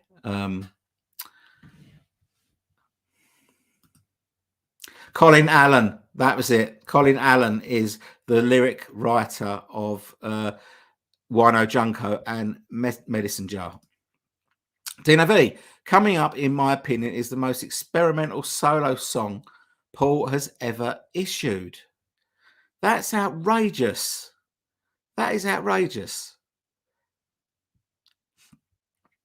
What would you say? It's more experimental than say something like Rinse the Raindrops, or you know, stuff off Electric Arguments, maybe. May even stuff off, off McCartney 3. Stuff like Deep Deep Feeling, where he's obviously just, he's just riffing, he's making it up as he goes along and stuff like that. I think Coming Up is, it's a proper written song. It's not that experimental, I don't think. Do you want to tell me more about your thoughts on that, Dino? John's part of Double Fantasy. Leave the Yoko stuff off. No, I disagree. I really like Yoko's stuff on side one of Double Fantasy. Kiss, Kiss, Kiss. Give Me Something. What's the other one? Forgotten what it's called now. I'm moving on. Fantastic. I think they're brilliant. Their songs, it just goes to show that Yoko was paying a lot more attention to the punk scene that was going on in the late 70s than John was. I mean, those 3 songs sound really, really modern and vicious, and I think they're great. The songs on the second side, not so good. But the songs on side one, I really, really like. Keir says, Colin Allen, Jimmy McCulloch's guy. Yes. Dino says Red Rose Speedway is so overrated. Yeah, maybe. I don't know. There's not that many people apart from Andy Nichols who would name it as their favorite McCartney album. But again, it's got its moments. I did do a full review on that actually, and I can't remember how I rated it, but it has got some good songs on it. I think Big Bum Bed is great. My Love is great. Little Lamb Dragonfly is great. I love Single Pigeon as well, and I really like Loop as well. I think the medley is a bit of a waste of time, but yeah, okay. If you think it's overrated, then it is overrated. Your opinion counts. As everyone's does. Growing Your Hair for Peace or Ringo Peace and Love Talk, which has less of an impact. I think I don't know. I'm not sure that either have any impact, because the constant peace and love it ends up, it just gets on people's tits after a while, and you don't want to hear it anymore. And I think growing your hair for peace during the hippie years, where everyone's growing their hair for any reason whatsoever, the message gets a little bit lost, right? Derek Roberts says, now we have an extended version of Let It Be. Isn't that enough? No, because we need to own the original film as well, because we've forgotten. It's been ages. It's been on the TV and you can't buy it. So we still need it. Not everyone does, but I'd quite like it. I'd like to see it sort of, cleaned up and, and made all nice and shiny for the modern age. Lee says, one of my favorite all-time Lennon songs, It's So Hard, really encapsulate what Lennon was about, but it's never on any compilations. Why? My opinion is It's one of the weaker songs on Imagine for me. It's a hard. I don't dislike it, but I think it is one of the weaker songs. There is a version of it on Live in New York City, I believe. But I think that it's never on any compilations because there are quite a lot of commercial sounding tracks, and compilation albums normally go for the most commercial, the most instantly accessible tracks. And from the Imagine album, you've got Imagine, you've got Jealous Guy, you've got Oh My Love, you've got How Do You Sleep. I think they kind of go for those sort of songs first, and you can't have too many songs on one compilation from the same album, but they're always going to pick those. I think we're kind of done with John compilation albums now. We've had enough of them, and they don't vary enough. Keir says, done. Coming up, top 10 Macca song. P.S. Beatley Tone, John Heaton, my favourite John Heaton, Beatley Tone / John Heaton, my favourite YouTube channels. P.S. 2 fingers to wet spam. 2-1, mate. Yeah, what those two? 2-1. 2-1, mate. But thank you. Up there with John Heaton. High praise indeed. If you don't know Keir's channel, from me to you, please go over there and subscribe. He's got a great channel. And he doesn't have enough subscribers for the work that he puts in. So go and give Keir a subscribe. You won't regret it. Matthew says, Beatle Dave, I agree. Your channel is great too. Tone, you really deserve more subscribers. I always enjoy your videos and appreciate your support. Thank you. And if you don't know Beatle Dave is from Derby, and he is a record collector. And if you don't know his channel, nip over there, give Dave a subscribe. Not that he needs your subscriptions, because he's got loads of his own, but he's got a great channel, and you'll probably see some records that you haven't seen before on his channel. So give Dave some support. That would be great. Derek has got the Get Back Blu-ray. So have I. I haven't watched it though. I've still only watched it on Disney. Mark, agree, Tone. I want more than 8 hours. Utterly amazing. Yeah, it was just brilliant, wasn't it? It was just brilliant. I forget, Let It Be. Did he not use the footage of Paul making up Get Back? No, I don't think he did, because when I saw it in the Get Back film, I was like, he's like doing it. That bit in that film always reminds me of that story that Paul tells about Picasso's last words when he was round at Dustin Hoffman's house, and Dustin Hoffman said, can you just read something in a magazine and write a song about it? And Paul said, yeah, can do it. And he picked up this magazine, and there was a story about, Picasso's last words, about the night that Picasso died. And Paul started writing the song. And Martin and Dustin Hoffman said to his wife, look, he's doing it. And that was what it was like watching Paul, create Get Back out of thin air. It was like, he's just doing it. That you're actually seeing them write a song. That was fantastic. One of the many highlights of that documentary. Just fantastic stuff. Harry says Get Back was uncomfortable viewing for Lennon fans. Paul comes out of it looking amazing. I think that Paul does not come out of Get Back looking good. To be honest. He definitely doesn't come out of the original film looking good. He comes out of it looking very, very bossy and very in charge, which of course he was. But I don't think but Lennon was very, very quiet, during the some parts of the sessions. But it was good to see them sort of having a laugh and stuff like that. Let It Be movie has the 3 filmed Long and Winding Road, Two of Us, and Let It Be that was shot the day after the rooftop concert. We've been excluded from Get Back. Yes, that's another good reason.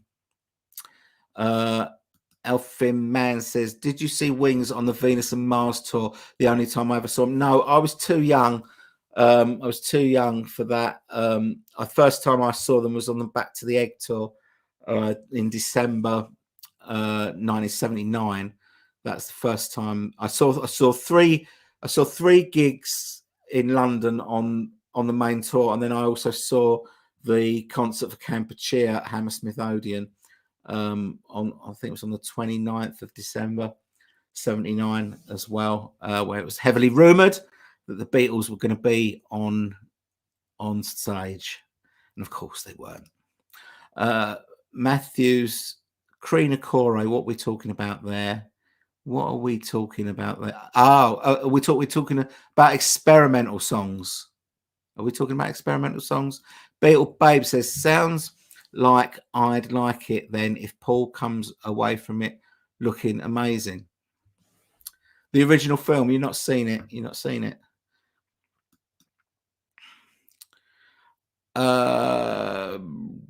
Derek Roberts says, my favorite Paul solo album is Ram. My favorite Wings album is the live Wings over America.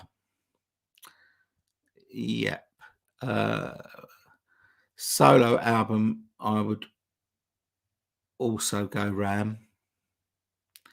Wings album, I don't really count live albums in with all the studio albums, but Wings Over America is a fantastic album. It is a fantastic album. Certainly his best live album. I really enjoy Paul's song Heather. I know most people hate it because of Heather Mills. Like the subject or not, music is top notch. Yeah, it's a good track. It's a good track. 2 best Paul songs. Maybe I'm Amazed, of course. Let Me Roll It. Maybe I'm Amazed. Wings Over America version, I think, is the best version of that song because Jimmy McCulloch just plays those solos so much better than Paul does, and it just sounds fantastic. So I think that, and Paul's voice in that is just fantastic. So maybe I'm Amazed from Wings Over America. Let Me Roll It. I'm a bit fed up with it now because he just plays it so often. I've got a bit of burnout with Let Me Roll It, but it first heard it was fantastic. I don't know who plays lead on that. I don't know whether it's Denny or Paul. I think. Hang on. No, I did watch. Yeah, no, it's still. I was going to say when you watch it on Wings Over America, Denny and Jimmy play the riff, but obviously Jimmy wasn't on the band on the Run session, so I'm not sure who plays it on the studio. Maybe it was Denny. Joseph's here. Hi, Joseph. Welcome. Dino says, I'm talking as a single. It was released when synths and keyboards were beginning to replace guitars when new wave was around. To me, it was un-McCartney-ish, not a pop commercial release by Paul. I'm not sure because there was sort of synth music before that. I'm talking about like Bowie, Low, and Heroes, and Lodger. And I think Gary Newman's stuff was sort of out before that. I think it is to me it's a pretty straightforward pop song. It was a big hit. I just don't. I'm happy to go with your opinion on that, Dino. But to me, there was more he did more experimental stuff than that. He did more experimental stuff than that on McCartney too, for sure. I think. But yeah, okay. Interesting take. Lee says Paul had the greatest Beatles solo career, no doubt. But to this day, Paul still never did anything as good as Plastic Ono Band. All things was past. And Imagine, do you agree? Yes. Well, obviously, he's had the best solo career because he's had the longest solo career, so he's had more stabs at getting it right than John or George. Obviously, my favourite two solo albums in order are All Things Must Pass and Plastic Ono Band. I think Imagine is a better album than Ram marginally. But I think Venus and Mars is a really underrated album because it's just so eclectic. It's a kind of white album. It's kind of a sensible white album with all the different sort of genres that are in it and stuff. But I just really like Venus and Mars as an album. But I agree that that Paul hasn't made an album better than Plastic Ono Band or All Things Must Pass. Possibly not Imagine as well. Although again with Imagine, I kind of feel that same sort of burnout with Imagine, as I do with maybe Band on the Run or something like that. Well, we've done that one. Dino says, on albums there are experimental tracks, Rinse of Raindrops, Moose Fireman, etc., but they were not released as singles. Okay. So we're talking about singles. Okay. What about Pretty Little Head? That was released as a single. Now that is off its head, is it not? Although the 12-inch version of that is much more commercial than the one on the album, I think. Much more. But what do you reckon, Dino? Martin says, Ram, Lee sits with those. I think we can all agree All Things is the best solo album. Julia says, my father still has his Let It Be movie on Laserdisc. Has he still got a Laserdisc player, though? That's the thing. John couldn't even give George credit with All Things Must Pass. He didn't say that he liked the album. Okay. I don't know what this whole thing is about, playing one Beatle off against the other. What is the point of it? I don't get it. It's just silly. John said this and Paul said that and George said this, and who cares? Very dark tone to that movie. Yeah, it was. Do you consider Ringo Solo's stuff a novelty at most too? I don't. As I said before, I think novelty would be pushing it a bit far. But I do think that every time I buy something by Ringo, I'm thinking this is a loyalty purchase. And if he wasn't the drummer in the Beatles, I wouldn't be buying it. And as I said before, if he was the drummer in Hermit's Hermits, I wouldn't be going anywhere near.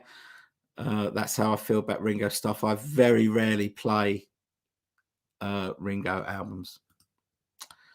Peter saying, hi, Tone. Hi, Peter. Any Beatles-related presents coming this year from Mrs. Beatley Tone? I have no idea. I don't actually have anything on my wish list, so I haven't told her about anything that I want. So I don't know. We'll have to wait and see. What about you? Armin, my two favorite YouTube channel, Beatley Tone and Cares From Me to You. Thank you, Armin. Really appreciate your support. You're always here, and your regular contributions do really appreciate you being here. Thank you, my friend. Julius says, Derek, Ringo in the early 70s, his albums were excellent. His EPs are kind of novelty. Yeah, I'm not sure. I wasn't sure. I think the Ringo album is excellent. I think the other albums are average. I quite like Bouquets of Blues. I'm not mad about any of the others. Even Goodnight Vienna has got it's okay, but it's not It's not great for me.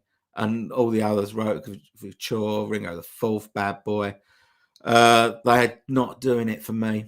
They're not doing it for me. I think Time Takes Time is a better album. One album that I do really like of his later album is Liverpool 8, which never gets rated that highly, but I quite like it.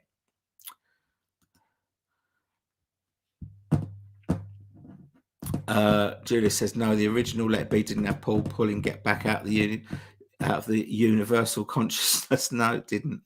It didn't. Richard says, wasn't Lennon on heroin during the Get Back sessions? No wonder he was quiet. Allegedly so. Beatles, just my humble opinion, but I think the Beatles lead up to about 66 was John. After that, probably Paul. I would agree with that. I think that there's a kind of a shift, isn't there? In 66, there's a shift. I think that Paul's songwriting suddenly goes up a notch on Revolver, whereas John's, I'm not sure if John's goes up a notch. It stays consistent because it's always been, right from the start it was consistent. But I think Paul makes a noticeable jump during the Revolver album. Beatle Babe says the original film I have, Get Back, I haven't. Okay, got you. Mark says, always amazed how few songs Lennon contributed to Let It Be. He couldn't have it both ways, offering very little and then complaining about McCartney domineering. Well, no, this is true, and he didn't have much. In the can, did he? But he did have things like Don't Let Me Down. Bits of I've Got Feeling. I don't know. He didn't have much, and he didn't have much going into Abbey Road either. His eye was off the ball for sure. B Collector, hi there. Which McCartney album do you think will be the next on the Archive Deluxe box sets? London Town or Back to the Egg or Press to Play or Off the Ground? One of them. I think it'll probably be London Town. I'd like to see them do like another box. So you can buy them separately as well, but I'd like them to do a box with London Town, Back to the Egg, and Wings over the UK. A whole thing. The whole live album from Glasgow, or maybe Concert for Kampuchea. There's so much that could be included in the Back to the Egg box set. Just tons of stuff. There's also loads of outtakes from that album as well, whereas there's not so much from London Town. Keir says Ram is right up there with Imagine and All Things Must Pass. Yeah, it's up there for me. It's not quite.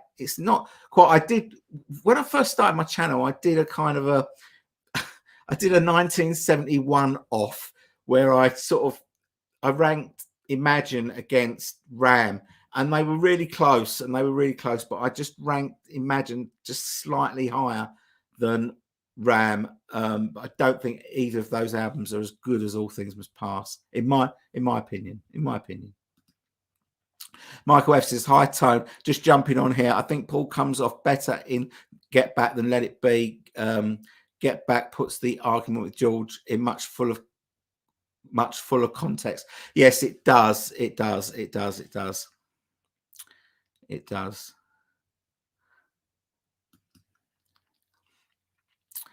Kia is All Things Ram. Imagine. Okay. I'm All Things Plastic Ono Band. Imagine. Ram. That's me. How about Band on the Run? How about it? Yeah, it's up there. It's one of the best.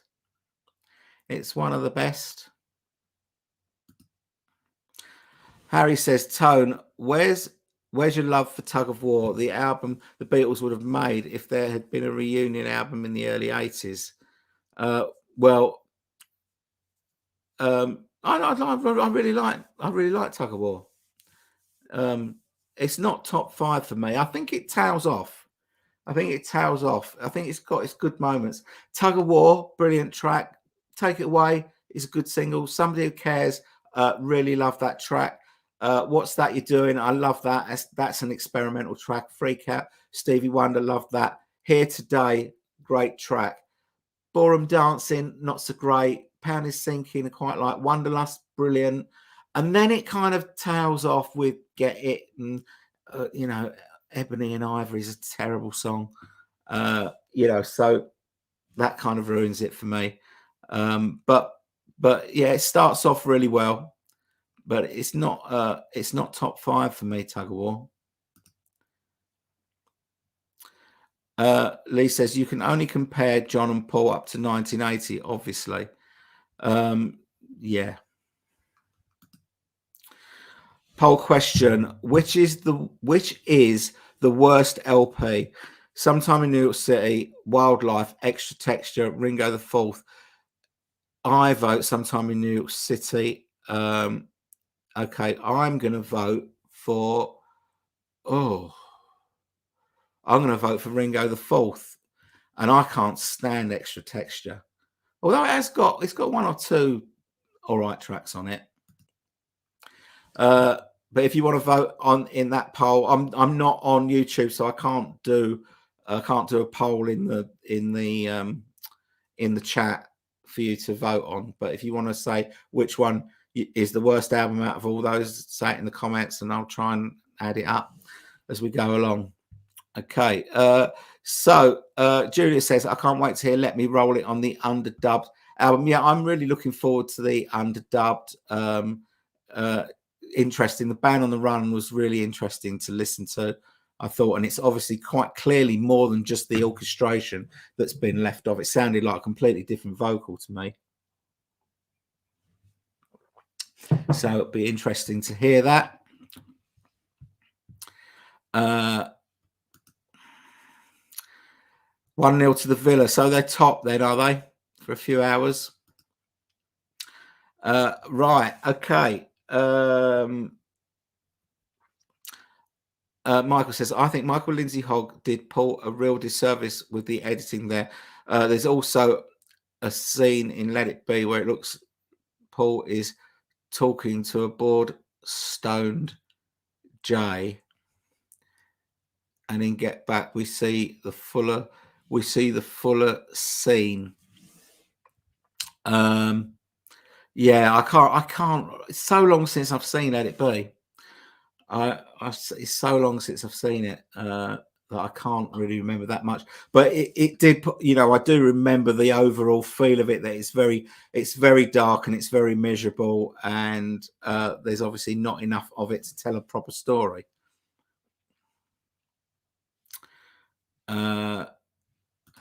Lee's voting for Extra Torture. Andrew Mills says, for the Get Back sessions, Yoko had just had a miscarriage, and that's more the reason why Lennon was quiet. But also when we got back to the Apple Studios, that they had a ball for most of it. Yeah, they were really uncomfortable at Twickenham, weren't they? And having to make music in the morning and stuff like that. I think it was much more relaxed once they got to Apple, and that's obviously true about the miscarriage as well. That was in November, wasn't it? 68, I think. Paul was always moving on in terms of production. Lennon and Harrison made some good to great albums, but they are different artists to Paul. Tug of War comes close to being great. Yeah, it comes close, but for me, it's not. It's not. It's a good album. It's a good album. It's not a great album for me. I think it's it's definitely got its moments. It's definitely got its moments for sure. Derek says, I have to go take care of dogs. Thanks for the chat. See you, Derek. Thank you for joining. Dino's come back to me. Pretty little head. I was on the YouTube show. Oh, right. Okay. On the Tube TV show in 1986 when Paul was on it, when they showed the world premiere video and the remix version sounded amazing, but bombed in the charts. Yeah, it did. Yeah, I remember that. Yeah, Paul was on the tube quite a lot in the 80s. I remember him being interviewed by some kid on the tube. I can't. People from outside the UK won't know what we're talking about. The Tube was like a sort of a bit of a radical new music show that we had in the sort of mid 80s on Channel 4 here in the UK. And yeah, so you were on it, were you, Dina? Okay. Yeah, it bombed. It did bomb. It's my favourite track off of Press to Play. I love it.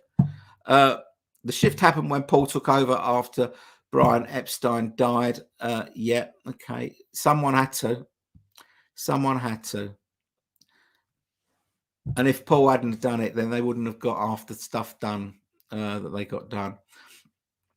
The Ringo album and the It Don't Come Easy single are great, but that there is a lot of marginal stuff too. Yeah, I agree. I think there's a bit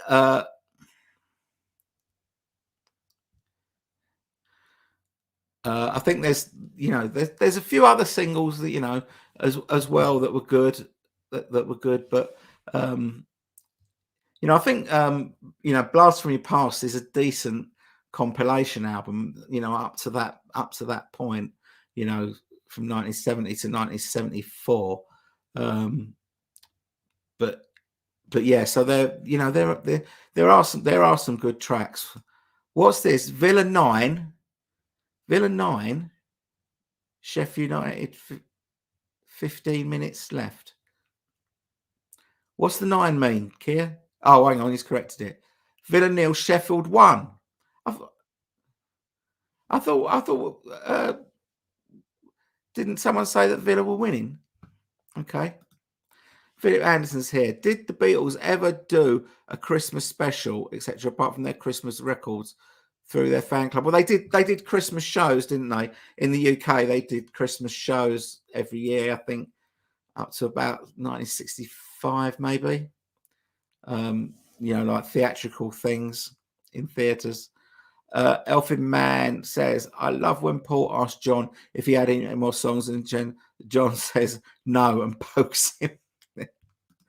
Dino says, many, not all, fans are happy with Paul releasing tracks that are commercial love songs and poppy. I also love them, but love it more when he does songs that are un-McCartney-ish. Okay, yeah, that's a good comment. Mark Bowen, Paul was thriving, George and John was slacking. Paul had the ideas and they had signed off. Yeah, that's true. Henry says, hey, Tone, is your arm better now? Yes, it's not 100%. It's not 100%, but I've been signed off by the doctor. I don't have to wear my sling anymore, although he did say you should wear it when you're out and about so people know that you've got a broken arm, even though it's not still broken, so they don't bump into you and stuff like that.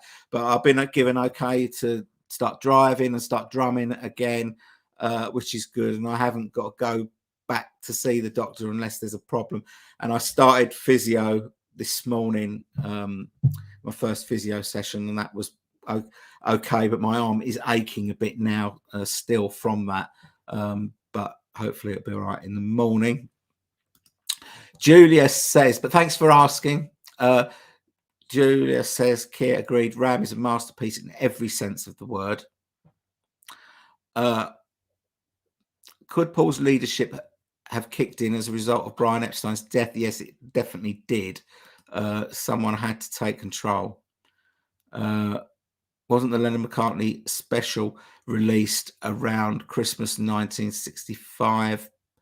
Possibly, I'm not sure. But Dave says, going now, buddy. Great live stream. Happy Christmas to all. Happy Christmas to you, Dave, and to Sue. Have a good one. Armin says, thanks for joining, Dave.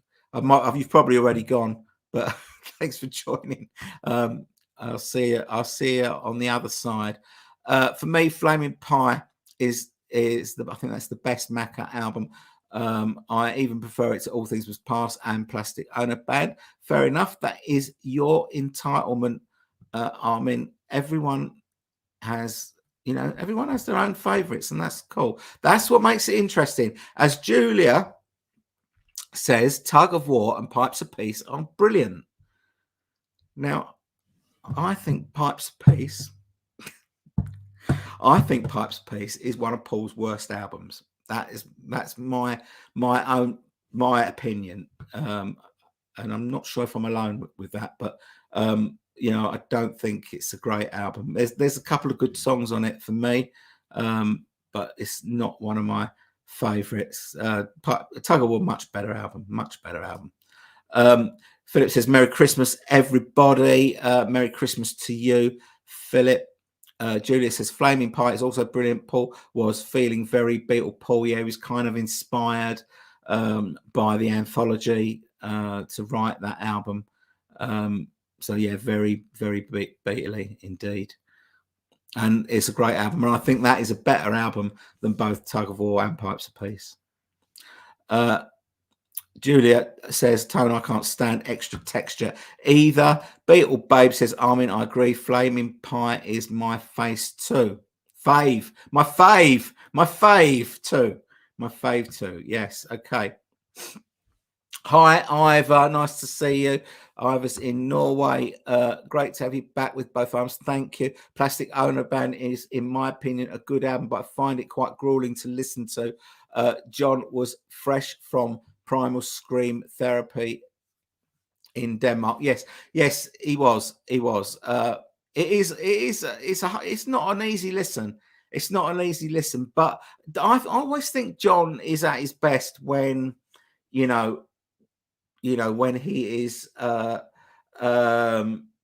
in adversity. I think when his back's up against the wall, that's when he's at his best. I think, and I love that album. I think it's a great album, but I agree, it's not an easy listen. Okay, David Jackson. Hi, David. I love the Wildlife album. I think it's one of Paul's best. I don't think it's one of Paul's best, but I really like it, and I like it a lot more now than I used to when I was a kid. It's just got a great feel to it. Without the songs being, anything fantastic. There's a few good songs on it, but I just love that like loose feel of the album. Andy from Scotland says, Granada TV, December 65, music of Lennon, McCartney, Peter Sellers and Lulu featured 2. Channel 4 showed it in the early 80s. Thank you for that update. Martin says, Paul comes across great in Get Back. He wants them to work, unlike Jews who can't be bothered even getting up on the roof. True.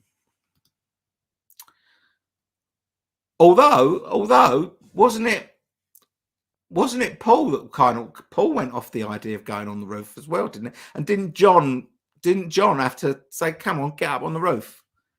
I seem to remember. I can't remember. I think that's what happened. I can't remember.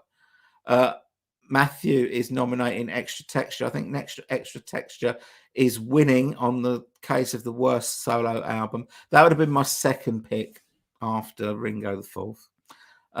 Dino V says, Wildlife is a great album. Extra Texture, depressing. Sometime in New York City, half great, but Ringo the Fourth is awful. Dino is with me on that one. Michael says, Imagine for me has 2 big negatives, Soldier and How Do You Sleep. Probably my least favourite solo John songs. Uninteresting musically, and it's hard for me to him put down Paul. Love the rest of the album. See, I really love How Do You Sleep. I've never really liked I Don't Want to Be a Soldier. It's boring. It goes on far too long. And there are better outtakes of it on the Imagine Ultimate Mixes box set than the one that ended up on the album. More interesting versions of it. But How Do You Sleep is a track that I've always loved. I think it's a great track, and I think John was right when he said, that too many people focus on it being about Paul and they miss the fact that it's a great track, and I think it is a great track. But I understand what you're saying, Michael. I understand what you're saying. David said, I struggle with most of Ringo's album, apart from Ringo, Goodnight Vienna, and Time Takes Time. Yes, they probably are the best ones. Although I'm going to throw Liverpool 8 into that as well. Julie says to David, Wildlife is incredible. Paul's vocals are magic on this album. Love every song.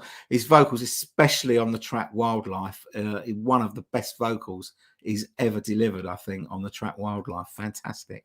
Martin says, extra torture. Wow, I just put that thing on to remind myself, wow, you will get someone saying it's a masterpiece, I'm sure. I think there's 2 decent tracks on it. Tired of Midnight Blue and this guitar Can't Keep From Crying. I think they're the only 2. The rest are so depressing. You is okay, but it's it doesn't go anywhere for me. But yeah, no, it's a terrible album. And that's why I don't really give George Thorpe Now and Then was rubbish much thrift, really, because George Thorpe Extra Texture was okay. Kit's here. Hi Kit, nice to see you. Hi, Merry Christmas to you and yours. Nice to have you here.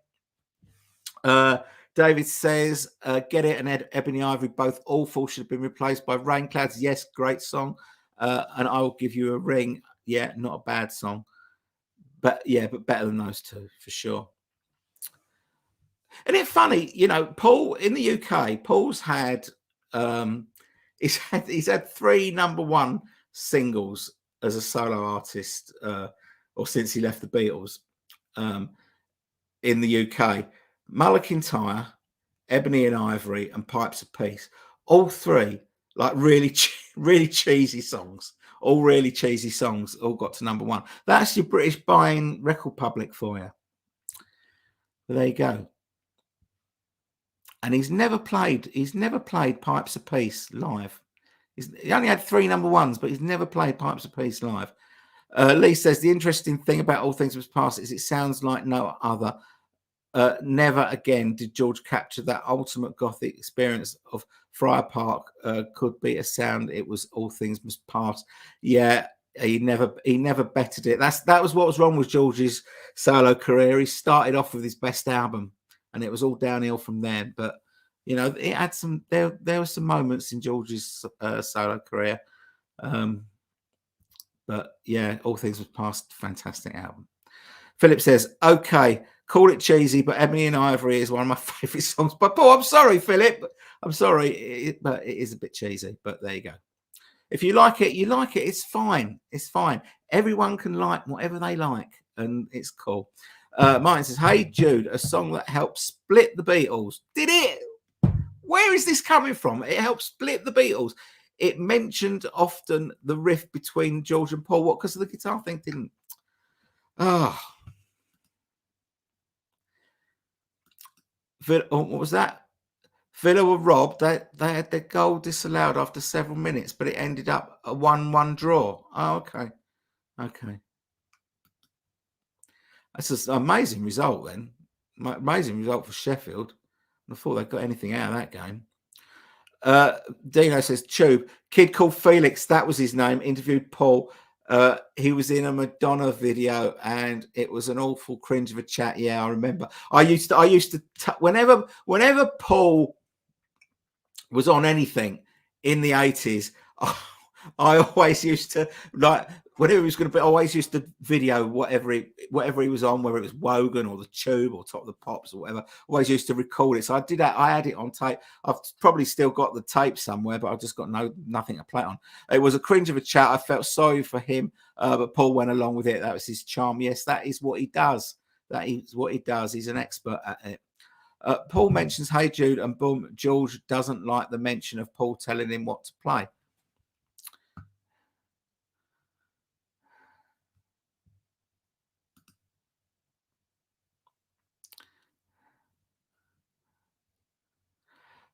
Michael says, unfortunately, Imagine has 2 of my least favorite John solo songs. Don't want to. Oh, you've already said this, haven't you? You've already said this.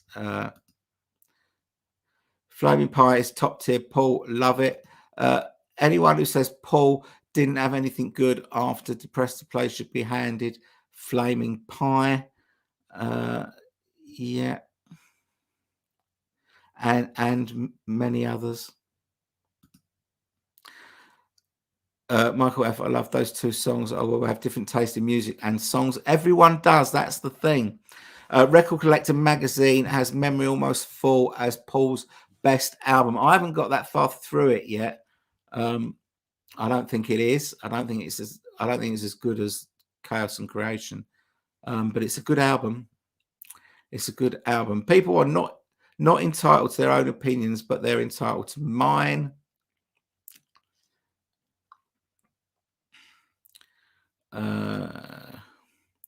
Everyone has a different take, Tone. Yes, of course they do. Of course they do. Nick Butler. Hey, Beatley Tone, hoping you're keeping well. All the best for Christmas and 2024. Same to you, Nick. Martin says Paul's reaction to seeing the policeman on top of the roof is brilliant. I'd love that whole policeman scene in Get Back with the secretary delaying them and all that sort of stuff. It's great stuff. Julia says, didn't the record producer kick Pipes of Peace to the curb when Paul then wrote Tug of War? In any case, I enjoy them both. There isn't much that I don't like by Paul, and that is absolutely fine. I'm not sure. I think sort of Pipes of Peace was kind of half made up of songs that didn't make it onto Tug of War, and then a few extras added to it. Martin says John's worst take is his dismissal of the medley, one of the best things the Beatles ever did. Yeah, but John, you know, when John, it just depends on what day you interview John, and his opinion will change from one day to the next. And if he's in a sour mood, then he hates everything, and if he's in a good mood, he loves everything. And that's why it's really difficult to know exactly what John thinks. Has a Beatles track taken you by surprise as you've got older? For No One from the Left Became, yes, exactly the same song. For No One, I always thought For No One was a really sort of average song, but as I got older, it kind of really dropped for me, and it suddenly occurred to me that Paul is a bloke who was 24 years of age at the time when he wrote For No One, and he's writing about things that he shouldn't really know about, but he does, and he gets it so absolutely spot on for a man so young that it really sort of took me back, and it's my favorite track off Revolver these days. How can you talk for so long? I know I am sort of running out of steam a bit now. We are going to have to wrap it up fairly soon. MBT, hi Beatley. Sorry I've missed most of it. We'll watch it tomorrow. Okay, MBT. Right. Michael F says, am I the only one who really likes Extra Texture? Tug of War, lots of good stuff, but wouldn't make my top 5. Yeah, I feel the same. Julia says, can't believe Michael F doesn't like I Don't Want to Be Soldier. That is about incredible. No, I'm not a fan either, Julia. It just goes on too long for me. Give Me Some Truth is still my life's anthem. That's a fantastic song. His Name is Legs is one of George's catchiest tunes. Okay. Gone Troppo is not a classic either. No, but I think it's better than Extra Texture. All Things Must Pass sound was Phil Spector's sound. George signed off on it, but Phil Spector was the producer, and it has his wall of sound. Yes, it does, but not anymore. Charles Dunk, hi Charles. There must be some tracks you like on Pipes of Peace. Through Our Love, for instance, it's my favorite. That's a bit too sort of sickly and overproduced. I like the track Pipes of Peace. I also like Sweetest Little Show. I quite like Say as well, and Keep Undercover. I think I quite like, but there's a few. I actually like the Tug of Peace as well. That's it's a bit crazy, but I quite like it. Matthew Shelburne says, I love the song Pipes of Peace. Yeah, I do too. MBT says, I really, really hate Mull of Kintyre. Richard McCall, hi Richard. My high tone, my two favourite eras are Paul from 70 to 73 and 82 to 86. Okay. Good eras. Good eras. David says, I actually love all Paul's albums since Chaos onwards. Even Kisses on the Bottom. I can't stand that. Can't listen to it. I can't listen to that. What's that song? That the Inchworm. 1 and 1 is 2, 2 and 2 is 4, 4 and 4 is 8, 8 and 8 is 16. Can't stand counting songs. So Bad was good enough for Tug of War. Okay. I'm not. The reason I'm not mad on that is it's just that falsetto voice. It's okay. MBT loves For No One. She hates Mull of Kintyre. Julia says, I was born in 1990, so for me, I Feel Fine was always a throwaway for me until 2 years ago. Now it's one of my favourite early Beatles songs, so that's one that's caught you by surprise. David says, I agree about Sweetest Little Show, great track. Michael says, Merry Crimble to you. Julia says, Tone, Average Person on Pipes Pieces, great song. Do you disagree? I think it's an average song. Is that an okay answer? I think Average Person is an average song. It's not bad. I wouldn't say it's a great song, but it's okay. It's okay. Not Beatles related, but I just watched the Bing Crosby David Bowie Little Drummer Boy video for the first time in years. Hated it when it came out. Thought it was great. Now, yeah, it is great. It's the most unlikely combination, isn't it? Especially when you think about when it was made, when Bowie was a complete cokehead at that time. It's a very weird combination. David says, no, I agree about Kisses, boring, shy. I agree. I can't listen to it. I've tried. I think we might have come to the last comment of the evening. I think the chat clearly shows that we Beatles fans have diverse tastes, likes and dislikes, but that is absolutely okay. Absolutely right, David. We do. We are the worst moaners in the world. We'll find anything we can to moan at, and we've all got different opinions, and that is what makes it interesting to talk about. And I guess that's, I think, everyone is interested in other people's opinions and what they think, and it's okay. No one's right. There's no right or wrong answers. Things that people like. We think that Extra Texture has just been voted the worst Beatles solo album by the poll on this chat. But there'll be some people out there that like Extra Texture thing. I mean, most critics rate Extra Texture higher than they rate Dark Horse. Well, I don't. I think I really like Dark Horse. I've always had a bit of a soft spot for it. So we all hear things differently, and that's how it is, and that's how it will always be. And that is a good thing. Ethel the Frog is here. We're just about to wrap up, Andrew. But thanks for turning up. I'm gonna draw a line here because we've been on for 2 hours and 25 minutes, and I need a drink now. And so thank you everyone who has been on the chat, whether you have contributed with stuff in the comments or you've just been lurking in the background and just watching everything going on. There's a load more things coming up now. What's that Ivor said? Hang on. At the end of reception, the opening track on Back to the Egg, you can hear a male voice talking a strange language.